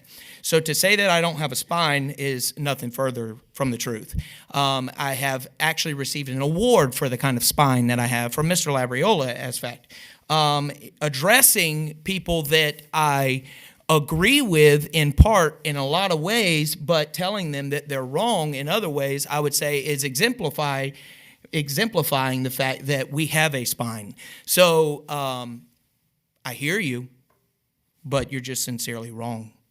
That being said, is there any discussion over any of there was one thing, and I don't know any info on this. I feel like Edith probably would be the best on this board, as well as Mrs. Nelson, with regards to the graphic novels that were brought up. I feel like the gentleman was asking if we would maybe have more of these in the library. Do you all know what he's speaking of? Yes, and we have. We do have them? As a matter of fact, last year, was it last year or the year before, I brought a whole display and had them in the back for the people that were here and the board to see. So when they hear graphic novel, they think of the right kind of graphic novel. And yes, every adult section and children's section has a section for just graphic novels. I'm not sure if you're aware of that at every branch, and you can request when it's another branch. And in our library system, we have the great resource of if we don't carry a set of books, there's a place online where you can request that we start carrying those books. And then the more you request it, and the more you get your friends to request it, and the more you get your classmates to request it, the more requests we get is influential on what books we do carry in the library. And yes, Caleb, we have some graphic novels at the Citrus Campus Library, and the Ocala Library has a whole section of graphic novels at the Ocala Campus Library that you can actually use the catalog to order and have them sent to the Citrus Campus to pick I up. think Caleb was addressing Eastern graphic novels specifically, and I don't remember the name of that actual genre. I've seen it at Barnes & Noble. It's huge, huge section. Is that different from what we're talking about here? In this moment, you can speak from the audience. Yeah, I mean, I have some I'm thinking of specifically, but yes, they are Easter. Like the series I'm reading now, you'll have some of the volumes available online, but none of them available in print. So that's just one example, and my thoughts on it are, this would be something we could expand and get more of, with the Easter one. Yes, there's a lot. I've been looking for that art there at this time. But I heard Ms. Nelson going on and requesting them and trying to get it in that way. Another one of those follow the process. Yep. But I mentioned, I want to reiterate what the other board members have stated, that there is a form right online that you can fill out to request books. And I would, as a former high school and college librarian, I would encourage you to pursue that, and also to talk to the library staff, perhaps about a book club for the fellow readers in the county that you know who would be interested in that. And I'm sure that the youth librarians would love to hear from you and get your involvement, and we'll look forward to seeing you and your friends in the library.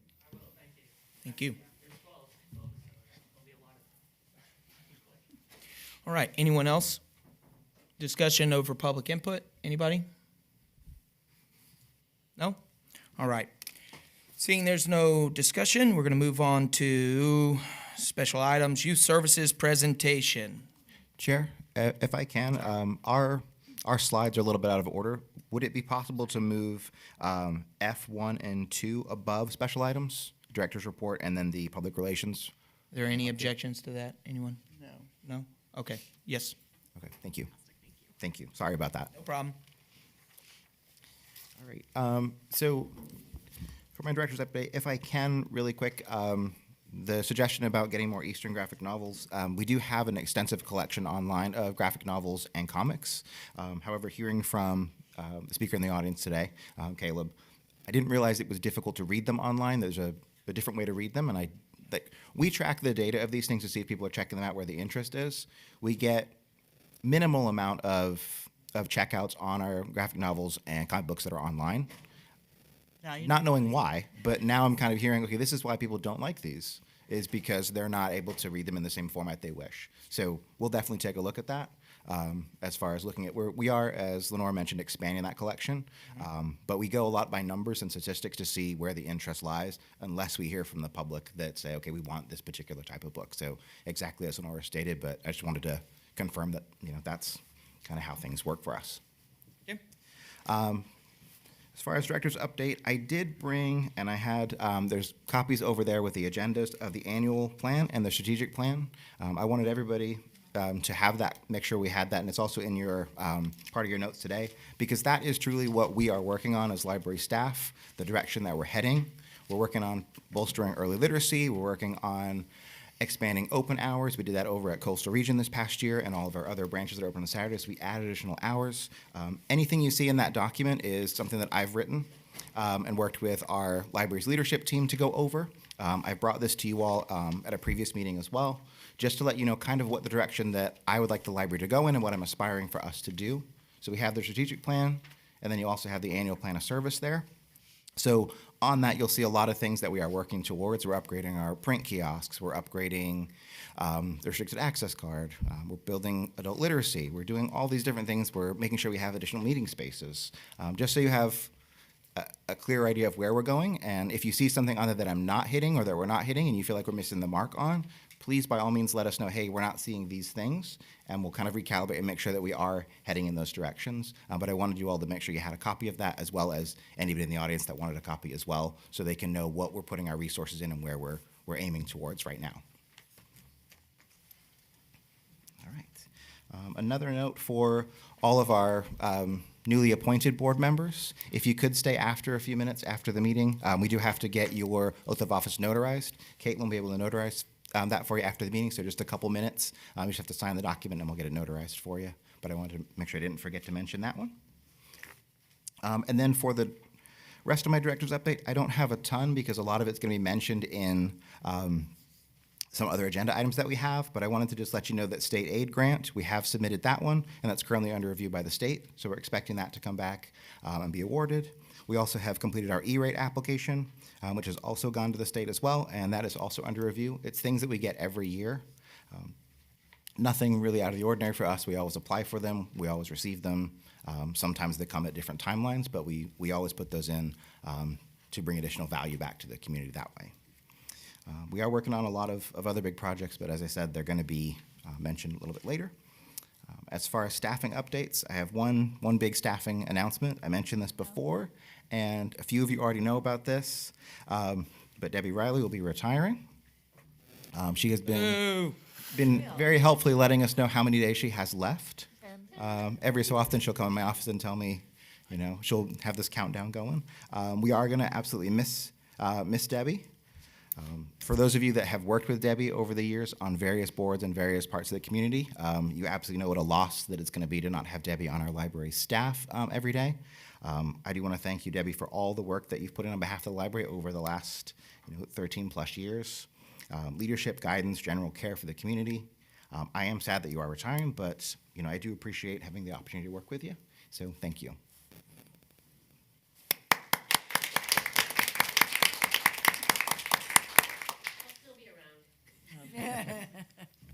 Yeah, when they don't know what to do. All right. So interlibrary loans. I want to give you all an update on this one. This one kind of came back quietly. I may have mentioned this a little bit to some of you, or you may have already noticed it. We didn't make a big push about this one yet because we're still working through this. But interlibrary loans are going to have been reintroduced, and people are able to put in interlibrary loan requests again. So they can now get books from other libraries. We have changed the limit on this. It used to be 5 books or materials. Now it's down to 4. So a slight change there, but it fit better in our budget to be able to bring this back, a little reduction there. But the reason kind of why we've been a little bit quiet about it is we're just kind of getting started with it, and we're waiting for more libraries to still connect to the Interlibrary Loan Network. So as more and more libraries sign on, the amount of resources that we can pull from kind of continues to grow. So very positive stuff to see Interlibrary Loan back. We're excited to have that one. I got a lot of comments and concerns about interlibrary loans, so I was glad that we were able to, work on that and bring that back. And just to add to that, the Florida Library College system and the state university systems have interlibrary loans as well now. However, we're unable at this point to take and give interlibrary loans to public libraries. And that's, I think, more of a budgeting issue than anything else. But so at this time, we're not doing that, but at least we have ILL back amongst the universities. All right, and then my last thing for you for an update is Canopy. So Canopy is our streaming service. It's a very, very light version of what you might see on like a Netflix. It had several thousand titles when we first launched it. The way that we operated was we bought different packs of content. So each pack had a few hundred titles. So we had about a couple thousand titles that people could view and stream with their library card. We have expanded that, and now we've gone to a ticketing system. So what that's done is it's opened up the Canopy collection. So it's any item that's available on Canopy, our patrons now have access to. So I believe that's about 30,000 items. Right? 30,000 items that people now have access to from that limited selection. We had 2,000. Now they get the option to view over 30,000. They get 14 tickets per month, and it starts over every single month. Items on there for people to stream vary from 1 ticket up to 5 tickets. So 2 tickets are more for popular or similar like blockbuster movies, going up to 5 tickets where it's like the great courses or TV series. Those are usually 3, 4, or 5 tickets. And people can use their tickets, and then they have X number of days to watch those items. So if they want to watch a TV series or a season of a TV series, they can spend their tickets on that, and they have, let's say, a week to watch 10 episodes. So they get some time to do that, but it resets every month for them. And we've seen a lot of growth in this. A lot of people are interested in using Canopy, and it's just a free resource that's available for them with their library card. Expenses of everything are going up, so Canopy is a way to kind of help people still have access to different media and not have to necessarily pay for it every month through subscriptions. Great job. Very good. Okay. Any questions? Any questions from the board? No? Good job. All right, so now it's your job. All right. Yeah, we said F1 and F2. Yes, thank you. Okay. Okay, let's make sure this is, okay, there we go. I've been using the keyboard through the most portion of this, and so I just grabbed the remote. All right, so one thing, just to kind of piggyback off of what Adam was talking about with Canopy, something that we have noticed is that a number of the checkouts in that first month of using the new ticket system is a lot of people were checking out season 2 of certain shows, and we were like, huh. And then when we looked, season 1 was included in a lot of those packs for things, and then people were coming back to it. And so we were kind of re-engaging some of those patrons who may have made it all the way through all of the things that they were interested in watching. And so now with the ticket system, they're kind of re-engaging again. And so we were pretty excited to see that coming from the Switch. So just a brief update on some things. We did give a little bit of this update to staff at our last staff meeting at the beginning of February. And so we've talked about a lot over the last year, our emails and our ways that we're contacting and checking in with patrons throughout the weeks. And so as of, I think it was Friday, these numbers were updated. We've sent almost 700,000 emails to patrons since April of last year. And so 154,000 of those were notices, 461,000 newsletters, and then 20,000 welcome emails. And so those welcome emails are a series of emails that you automatically get once you sign up for a library card. And it just goes through different services, different programs, different things that we provide as a library system to kind of keep you engaged. We know there's a lot of information we could throw at someone when they first sign up for a card. We recognize that, and so we've broken it into chunks so that you can digest little bits of information at once to kind of hopefully find the right thing that will keep those patrons coming back. And so we have talked in the past about our average open rate. So our average open rate now is about 40%. National average is between 15 to 25%. I will say that average open rates for libraries do tend to be in that 40 to 50% range. And so we are right on track with other library systems around the country. And so just a quick breakdown for the different newsletters. So we did say that the bulk of our emails that go out are newsletters. We have 3 that currently go out.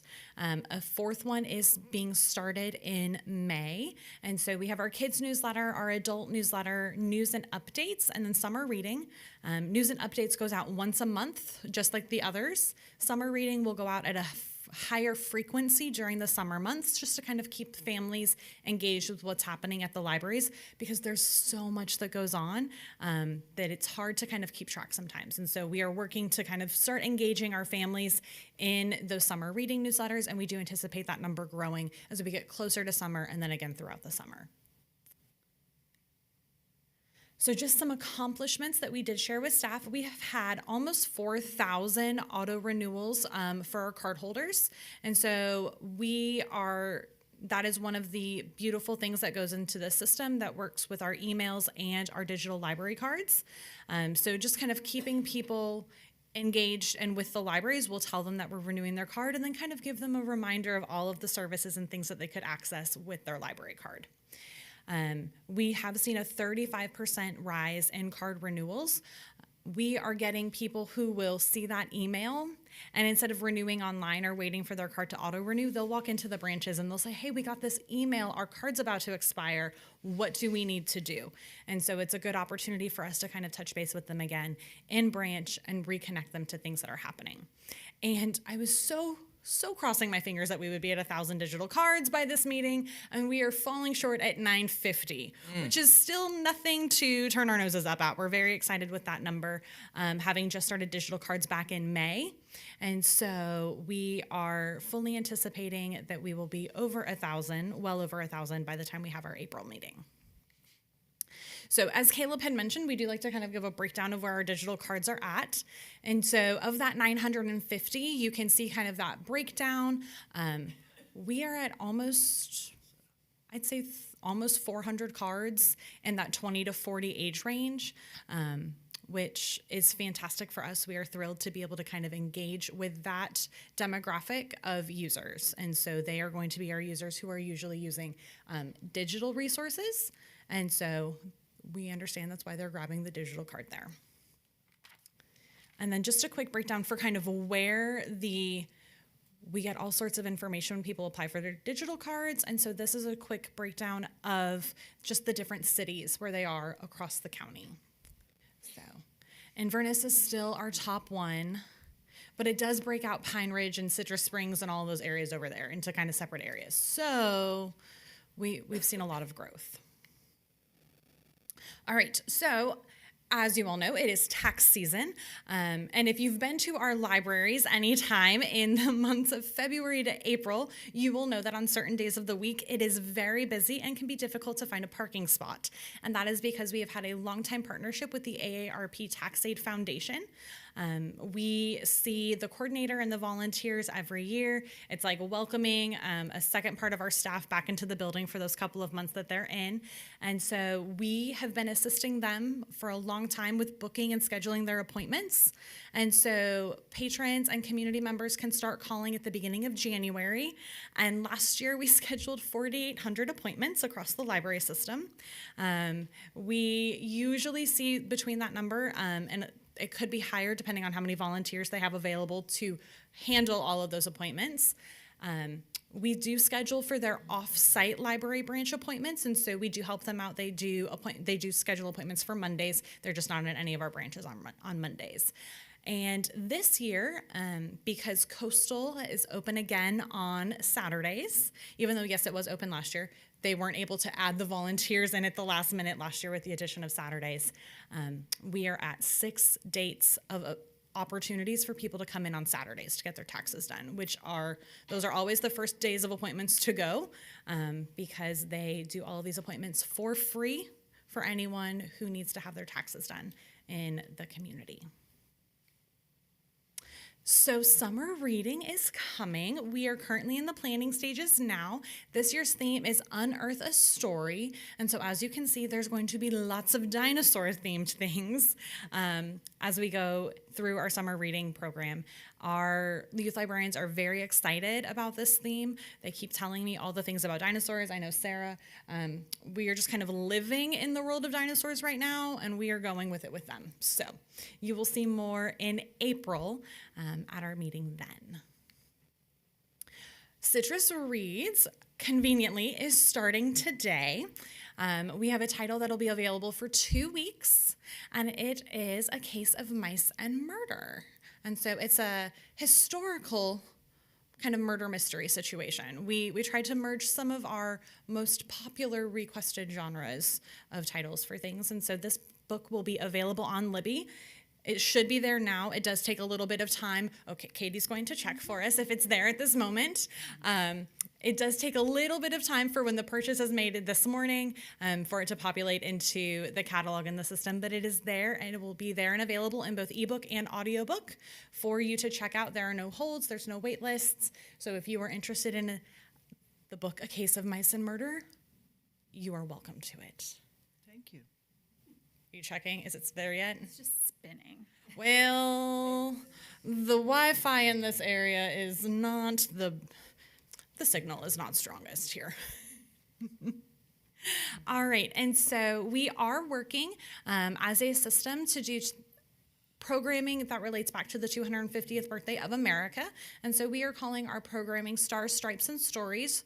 We will be starting it on June 1st, and there will be programs for all ages across all 5 branches that will run through July the 3rd.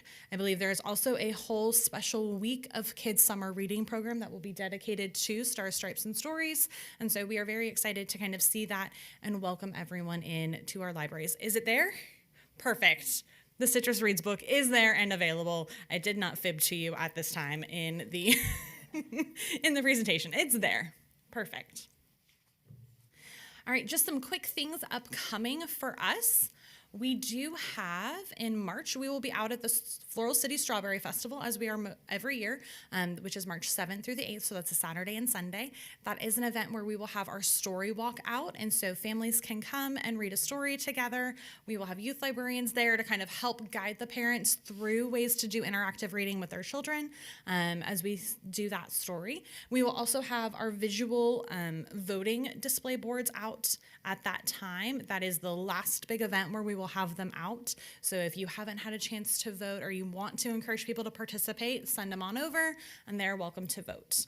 Our Friends of the Citrus County Library System mega book sale starts on Friday, March the 13th. I didn't pick the days, guys, okay? I didn't pick Friday the 13th as their start of their sale day. But it's starting on Friday, March the 13th, and runs through Monday the 16th of March. As you'll remember, last year in the fall sale, the Friends of the Library raised more than $40,000 at that sale, which is a huge accomplishment for them.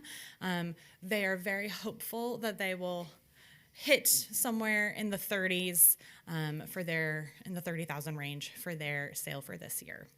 And then the Homosassa Friends will also be hosting their spring book sale, which is at the Homosassa Library on March 26th through the 28th, and that's a Thursday, Friday, and a Saturday. And so all of that information it's all over our branches. You can't miss a bookmark with it. If you've gotten tax aid information, you've gotten a bookmark about the book sale. If you've been anywhere with us since January, you're getting information about the book sales. And then in April, because both of these things will happen kind of right around when your meeting will be happening, National Library Week is April the 19th to the 25th, and there will be programming throughout our branches to kind of celebrate that. And then our yearly annual volunteer appreciation event is April the 25th. You all should have invitations for that. And so that will be happening once again this year. It's a morning. We'll give you breakfast. It's a very exciting time, and there's all sorts of awards and fun things. And we just love getting to celebrate our volunteers who do so much for our libraries. And then I do have book displays for you. I don't have papers. I gave all of my notes of papers to Caitlin, and that's okay. So you'll have book displays in front of you for April, May, and June. So you can kind of go through those. It does list all of the branches And you will note that Coastal does say no display due to renovation. That is because we are still working on ordering in some additional displays. So I was there yesterday doing some preparations for Booked, and it did have, it's okay, I'm good. Yeah.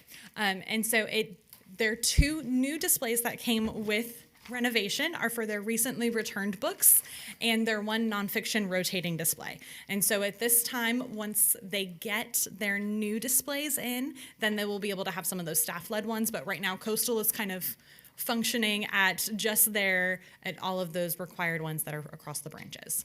So, but you'll see a variety of things. In May, you'll see that we have a lot of our displays will be starting to kind of promote our summer reading program. So if you start seeing displays about dinosaurs, don't be alarmed. I don't know what our librarians are planning for decor, but they love dinosaurs. So I can only imagine how over the top they will be for certain things. And then in June, you'll see that we will be starting, we will have out our 250th birthday of America displays in branches as well. Okay. All right. I think that's everything I had for you. Does anyone have any questions? Anybody have any questions? No? All right. So now we will move into the youth services presentation. And that is me. Good morning. One of my responsibilities as region manager is to oversee the team of youth librarians. So in this role, I'm lucky to provide training and professional guidance, support program development, and ensure that our services incorporate established best practices in literacy instruction for our young ones.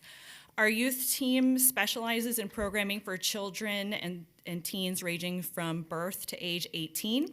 But for today's presentation, however, I'm just going to focus specifically on our early literacy program and the impact that it has on our youngest members in the community. So what is early literacy? We hear that term thrown around a lot.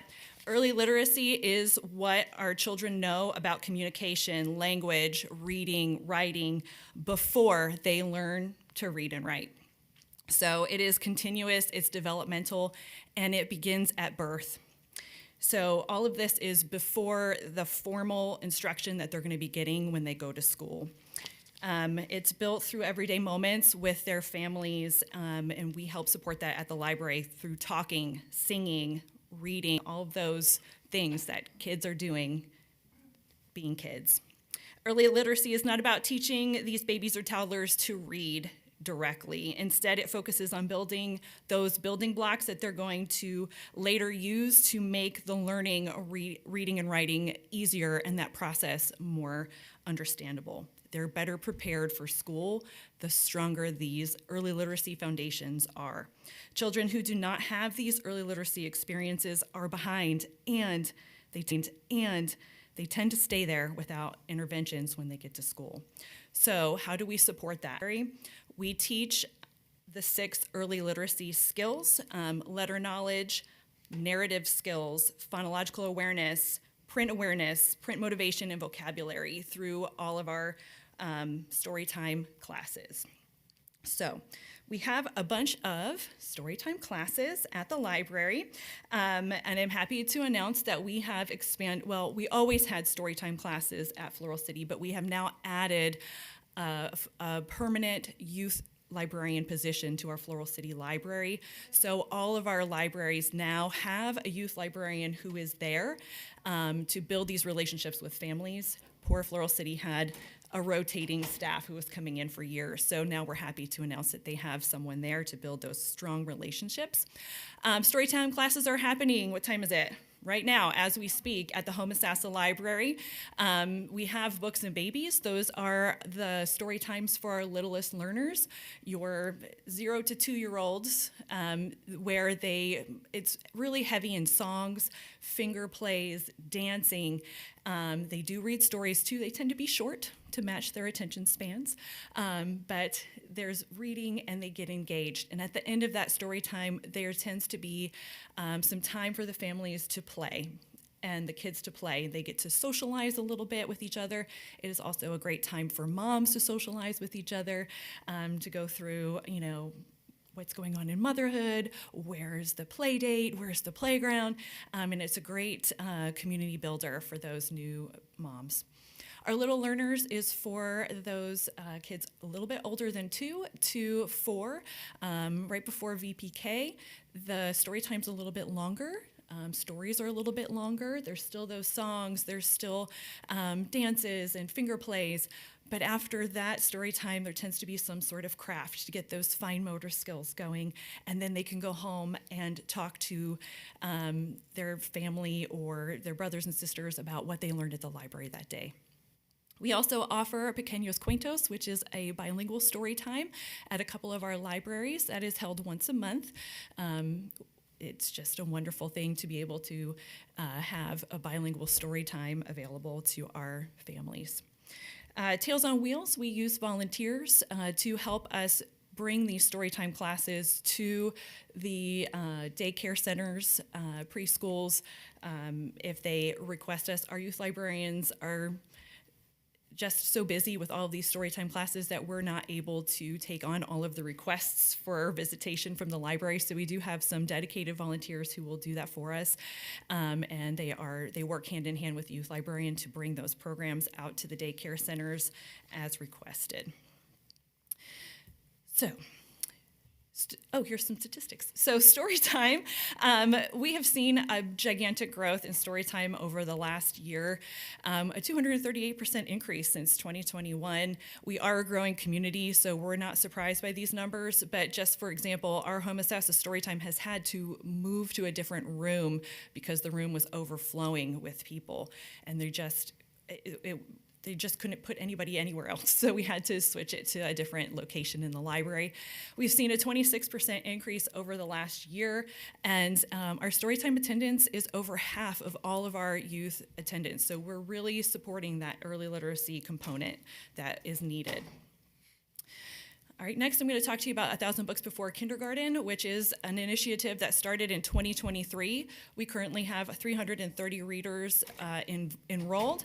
This equates to about 1 book a night for 3 years.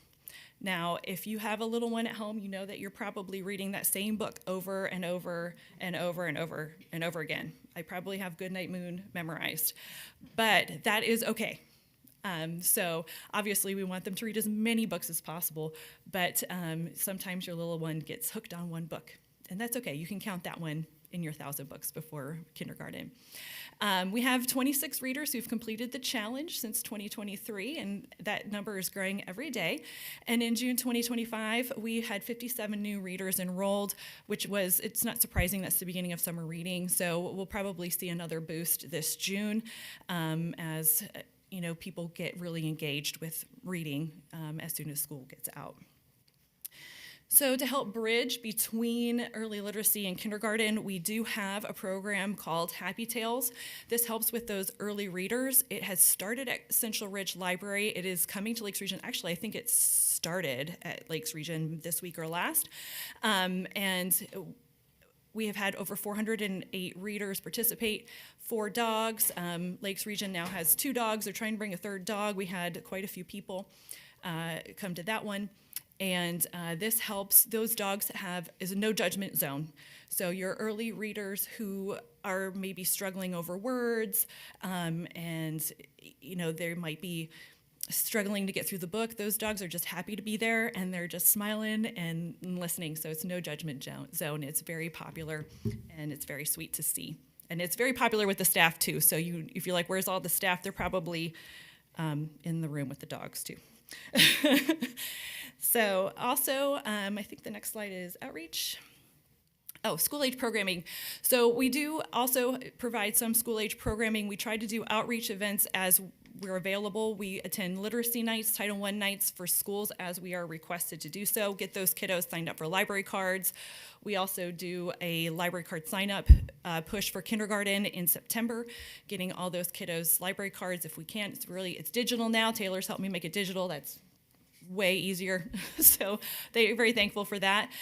We also have Saturday programming. So I know a lot of our early literacy programming happens while parents are at work. But we do also have Saturday programming as well, where kids can come in and enjoy stories, they can enjoy crafts, and just build that love of reading in the library. And as Taylor mentioned, we do have summer reading coming up. Our early literacy kiddos are counted in some of our summer reading statistics. We want to get them going, we want them to be included as well, not just the kindergarten through high school. We want everyone to be included, but also that summer reading really helps to prevent what you've probably heard of if you're in education, the summer slide. Just reading a few books over the summer helps to keep those kiddos on task and keep those brains going over the summer so that when they show up in the fall to school, they're ready to learn. So I think that's it. All right. Any questions, comments? I've got Oh, okay. First of all, I was over both the Coastal and Central Ridge libraries recently, and the kids, the youth programs are excellent over there. I think the lady's name I talked to was Kim. Yes. And very vibrant. Jackie was very vibrant, and it was exciting. So that's one comment.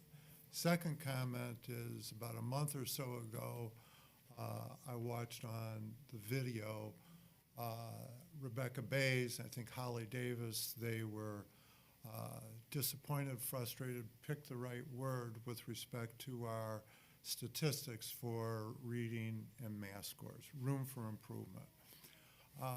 A Sunday or so ago, I went over at St. Scholastica, and I was talking to one of the folks over there, and I think they have maybe a pre-K through, not quite sure, 8 or 12. And the one thing when I told them about the library, the comment was, you wouldn't believe how many kids come here. I'm not quite sure if that was pre-K or K, who can't read. When I saw some of your numbers, the number said, I think 26 kids had read 1,000 books. I know we have a lot more than 26 kids in our county. Yes. When I was talking with Kim, notwithstanding whether you had to go into the overflow room for all those, I said, it's not so much about the content from my stuff, from my perspective when I went and looked, but you need more customers in here. You need more patrons. And when I look at Taylor with, how many outreach emails we've got, et cetera, at some time you just click because I have too many. But one of the things I asked Kim was, when you're talking with your captured people, tell them, bring a friend next week. Somebody who's not coming to the library. And you can't really talk to the little kids. You're talking really to the parents or the grandparents, et cetera. So when Adam and I have chatted a little bit, one of the things that I am really going to be looking for is an improvement, I won't say improvement, an increase in attendance. When I saw some of those percentages, I thought, wow, that's really a lot. But then when I saw the number was 26, that's not a lot. Right. It is. It does take about 3 years to hit 1,000 books, which is probably why. But those numbers are growing. I don't need 1,000 books. Yeah. Maybe 100 books. Maybe 200 books. Whatever the right number is. And so, one more anecdotal story that might get a little bit of tension. A year ago, when we were discussing one of the I'm going to call it the questionable books. I went and talked to some of my friends who are 40s. One guy had 9 kids in his family. 9 kids. I think you have a lot of kids in your family. 3. Okay. So anyway. Feels like 9 sometimes. I kind of groaned, and when he said 9 kids, I said, what about this book? The first thing he said was, I don't care what book it is, just get the kid to read. Now, notwithstanding the fact that some books would be off the charts a little bit, but that was a dad's comment. I just want my kid to read. And so I really, I talked to a couple of other folks here the other day, and they talked about our GED programs, which are very, very critical. But as our community continues to grow, and we're trying to attract new talent, et cetera, the more we can work with the schools and the more we really focus on that young group, so that when people come here, am I going to take this job here? And they go online and they look at the reading scores, the math scores. I'm not going there. I'll go to the other community. I'll find a job someplace. So I applaud you and the rest of the team for everything they're doing, but keep up the good work and try to go get more customers. I love that idea, to bring a friend. Bring a friend. Yeah. Right. How many are enrolled in the 1,000 books before kindergarten? 370. 370, okay. Mm-hmm. Presently. Presently. Yeah. Right. Sarah, I want to thank you for what to me was a very inspirational presentation. It's very exciting to see all the things that you're doing. And as Bob mentioned, we know that the county has prioritized the reading scores of grade 3, and we know that that begins, as you said, at birth, or even with our young people and educating them the importance of reading when they decide to start their families. And all these programs are going to get there. I am very excited, looking forward to the time when this board can support those efforts and to help the children with their reading and expand upon what you're already doing. Thank you. Yeah, thank you. Thank you. That is why we are buying tickets to Booked. Right. From me, You. please. Thank you. Appreciate it. Okay, thank you. Thank you. All right, now upcoming projects. So a couple projects that we have upcoming. Nothing big like a renovation at the present, which is okay by me. But we have some landscaping updates. We're going through and we're working on updating the exterior of all of our buildings, as far as you'll see over at Coastal Region Library. We ripped out all of the kind of the weeds and the overgrowth there and added rock in there, added a barrier there so sand and things don't wash into the sidewalk anymore. We noticed that over the last couple of years, things have kind of gotten overgrown or don't look as nice as they should. So we're working on steps to make those updated. Again, I'm working with our grounds maintenance department. The grounds maintenance manager that we have is fantastic. He's met me at every site, and we've come up with a plan everywhere we've been to kind of talk about how we're going to address some of the concerns that we have to make the look of the building kind of really shine. So we've done some things over at the Lakes Region Library as well. They've added mulch there, and they're adding a barrier there again, so stuff doesn't kind of wash down into the sidewalk and become sort of unsightly or even a trip hazard in many cases. We are taking a little bit of a pause on that. As our grounds manager has mentioned, that it's good to not plant things right now. Well, we've got all of these, cold snaps and things to go away until spring. So a lot of that stuff has been ripped out and removed and kind of cleaned up, with the idea that we're going to start adding some things and introducing that in the spring. One thing that he always says every time I meet with him, he says, we want this to look clean and green. And that's exactly kind of the look we're going for, is something that we can easily maintain and that looks really nice and presentable when people come in. Our libraries are exceptional. The staff do a tremendous job, and I want the first impression of it when you walk through to really shine as well. So we're working on those pieces for our landscaping.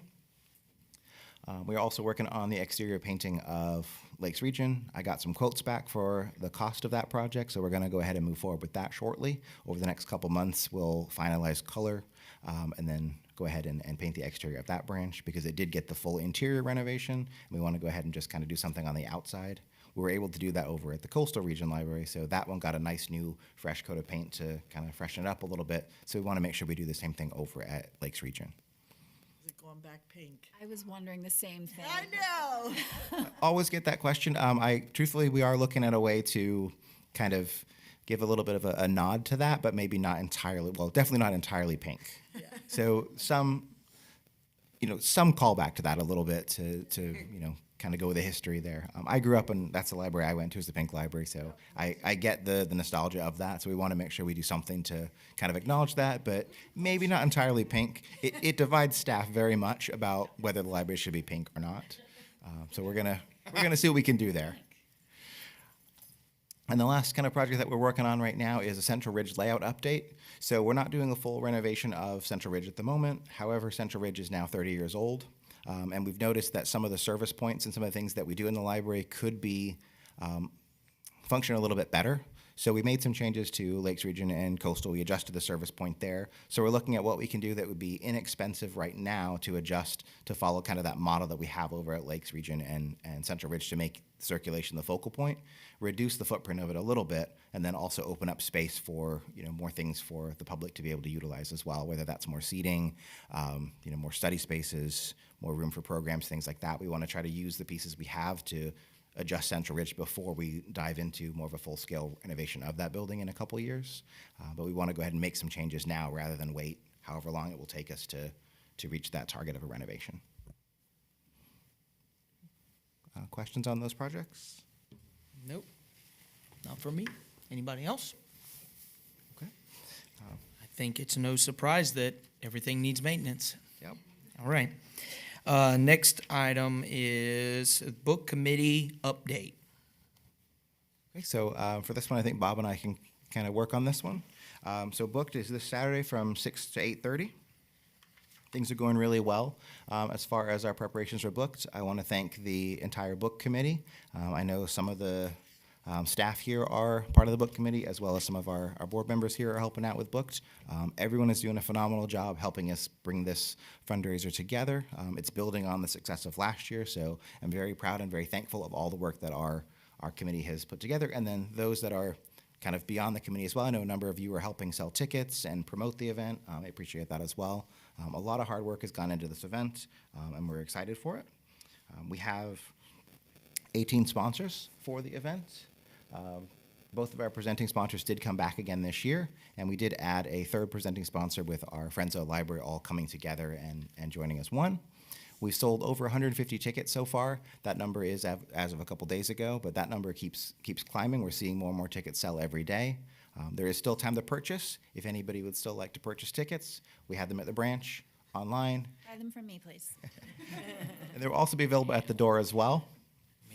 We're still working on silent auction items. We have a very good mix of silent auction items. We have at least 25 auction items right now. Things like we have a grill, we have some paintings, we have a lot of baskets and packages like that. We also have a handmade quilt. There's like I said, over 25 items, all for silent auction for people to take part in and hopefully find something they like and help us raise some funds for this event. And Bob, do you have any additional things you want to add? I spoke to the audience before we started, and I really hope you people who are very passionate about the library, if you can find the time to come out, have a good time, support the library, meet a friend who's on the other side of the discussion. See if you can't find something in common with them so that we can all continue to kind of pull together on this. I would appreciate that. I want to thank all the board for their work. There's still time to sell tickets. Last year, I think we had about 200 plus people. So there's a last minute push. You're not going to go on sale, but if you get your ticket at the event, it's $5 more. So you're really making it on sale now. So whether it's the Little League group that you're going to, somebody at work, friends of the library, we would appreciate your help on that. And again, thank you to all the staff and others who have helped us.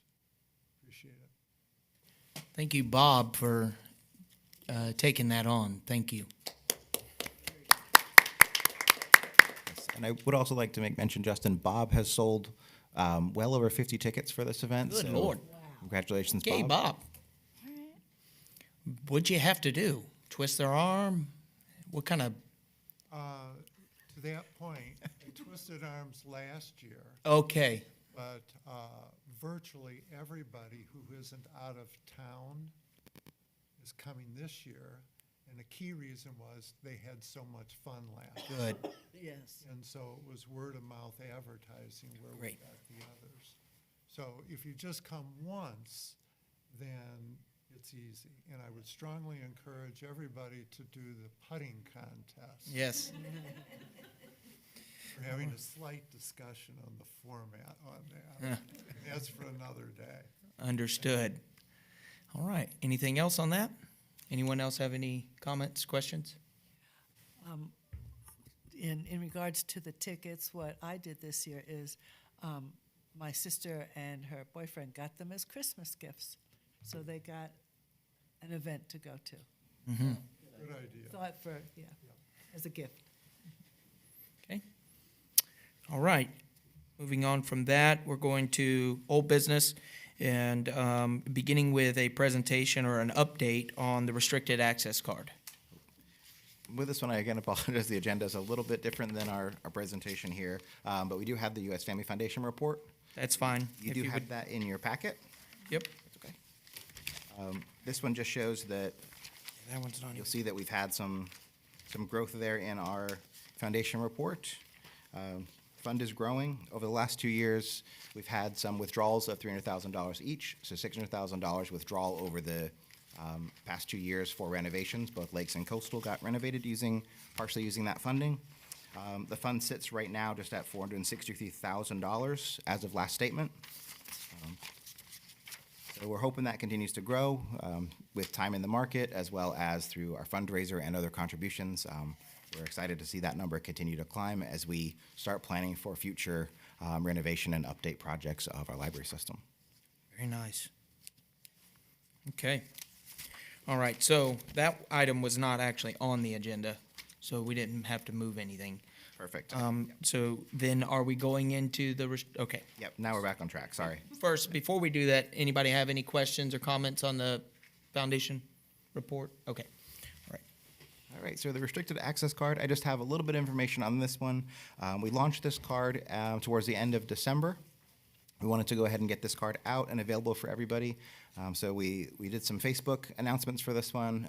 There's an article in the Chronicle that we ran, and then we also put some information over at all the different service points where people would access library cards and in our youth rooms. So with that, we have just over 9,000 juvenile patron accounts. So we have just about 9,100 kids that have library cards in Citrus County.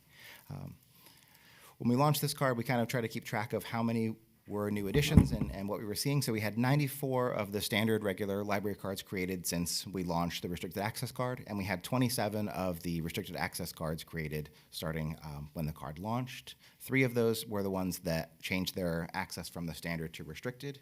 We do anticipate this number continuing to grow as more and more people kind of hear about it. It's been slow going, you can see here, but it is at every service point, and we anticipate people, continuing to get this card and it to grow. Whatever the number is, we're happy that that's an option available for people if they so choose it. So we're excited to see that people are getting the card, and we're getting good feedback about the fact that the card is available. So the number might not have grown quite yet, but it should over time, and we're happy that it's available. Okay. I wanted to bring you guys a report of kind of what numbers we're seeing so far. Okay. Any questions or comments on that? All right. Next, community needs assessment update. Okay. So for our community needs assessments, so we started this project in December, the beginning part of December. So we launched our survey. It ran from December 3rd to January 26th. And at that time, I had set a goal for staff that I wanted to see 1,500 people take the survey. So I set the goal in mind thinking that, okay, this is where we want to be. Looking at if we were to get 1,000 responses, we would have kind of that's where we wanted to be with the population we have. We have around 160,000 people. If we got 1,000 responses, we'd have roughly that 3% margin of error for the data that we get. So I decided to say, let's go for 1,500 and see how we do. As with a lot of things, whenever I set a goal for staff, they just take that goal and they just exceed it. So you'll see up here that not only did we get the 1,500 that I was looking for and hoping for, but we actually had 1,831 people complete the survey, which is far above, about 22% above where we were targeting initially. So very, very happy to see that. We got a ton of feedback, and I will say that this survey, for a lot of people who took it, I really appreciate them taking it. I know it was a lengthy survey. I did get that response from people to say, there's a lot of information here. And I do, like I said, I appreciate people spending the 10 minutes to take it, but it really helped us gather a lot of information, which we're still kind of compiling and working with our consultant, Rethinking Libraries, to be able to see what all that information is that the public would like to see in their libraries over the future. And some ways that we shared the survey, we really wanted to get it to everybody. We didn't just want it to keep it within the library. We want to get everybody's opinion in the entire community. I know I sent you all a couple emails about the survey, encouraging you to share it with various members of the community. We've talked about it at these meetings, but we shared about it on social media through Facebook and Instagram. It went on our website. It went out in our newsletters and email notices.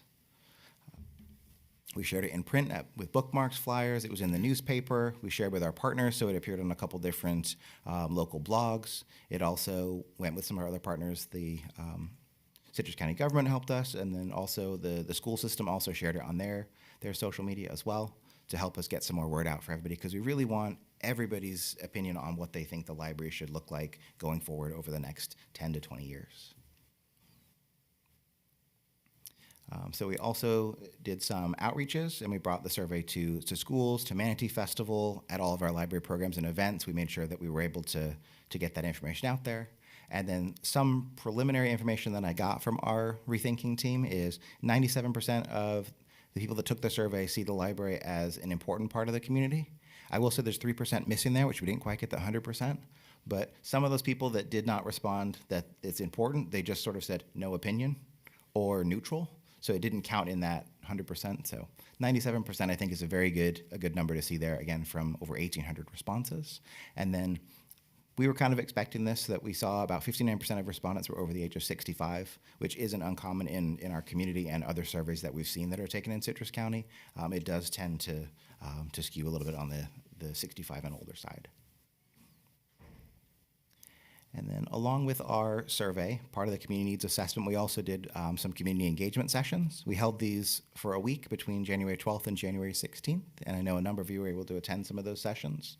But they were about an hour-long session, and it was with our Rethinking Libraries consultant. He came on site and he met with everybody and talked to them about some different things that they might want to see in libraries, what they see in their facilities, things they might want to improve, things that he's seen in other libraries that are becoming more of a trend. So we held 12 sessions, and we had over 150 people participate in those sessions, and they were held across all 5 library branches, and we also reserved the Citrus Springs Community Center to try to reach that audience as well. Again, we really want this to be the entire community, so we made sure that we offered these events throughout the week, so every day of the week there was something, and we varied the time, so we had morning sessions, we had afternoon sessions, then we had some evening sessions to really try to capture everybody's opinion in our survey results. So currently what we're doing right now is we're conducting interactive voting activities through visual voting, and that's going to run through Strawberry Festival. We're going to bring the boards out to our Strawberry Festival. They've been to all different types of events. We've taken them to multiple outreaches, multiple programs, festivals. Everywhere we can, we take these boards, and you'll see them over here directly next to Bob.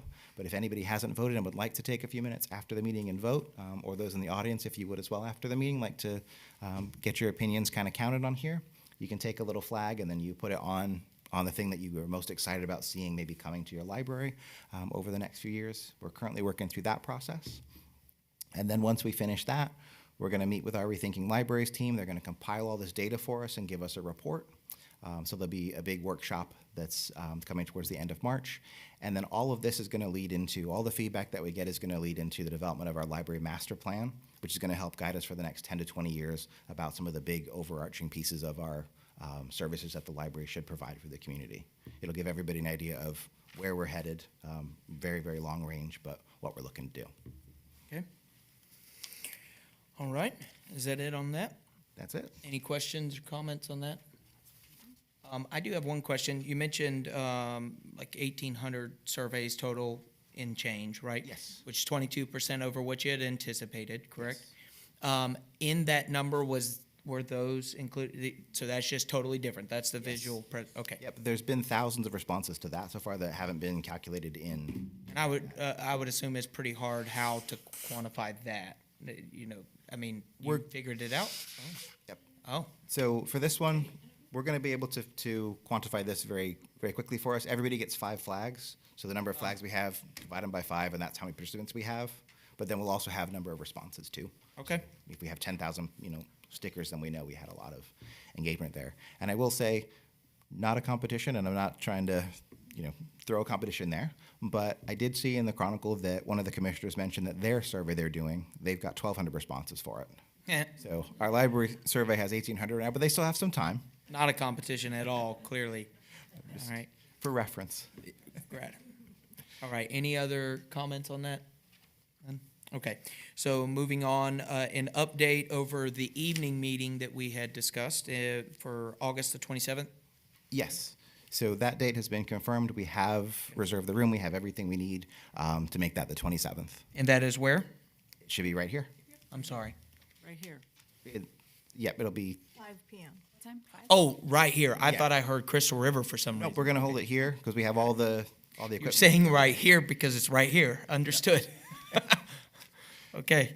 We're gonna try an evening meeting as the board had discussed from some of the public, interested in that. So we'll try that evening meeting. All and right. see what kind of response that you all get there. Okay. All right. Any questions or comments on that one? No? All right. So moving on to new business, which we already covered. And now for board member updates. Any board member updates? We'll start over here with Mr. Bramlett. I gave my update on booked and the kids. Thank you. Okay. Mr. Campbell? Nothing here. Thank you. Okay. Mrs. Nelson? Mr. Parada? Just one, is this a PowerPoint? Yes, would you? I would like to have a copy if I could, please. Mrs. Ramlow?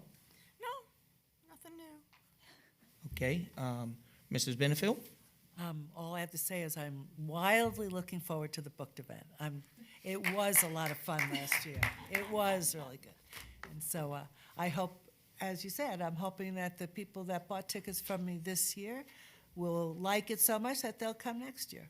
So, yeah, good idea. Ms. Myers?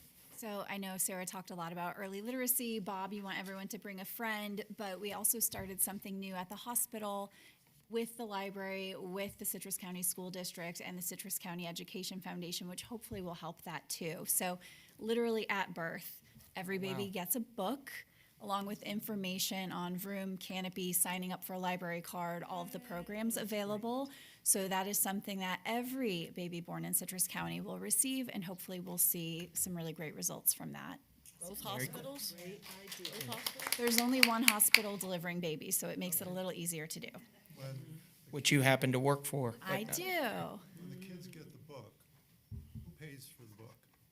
So that is funded through the Citrus County Education Foundation. CEF. Okay. Mrs. Morrison?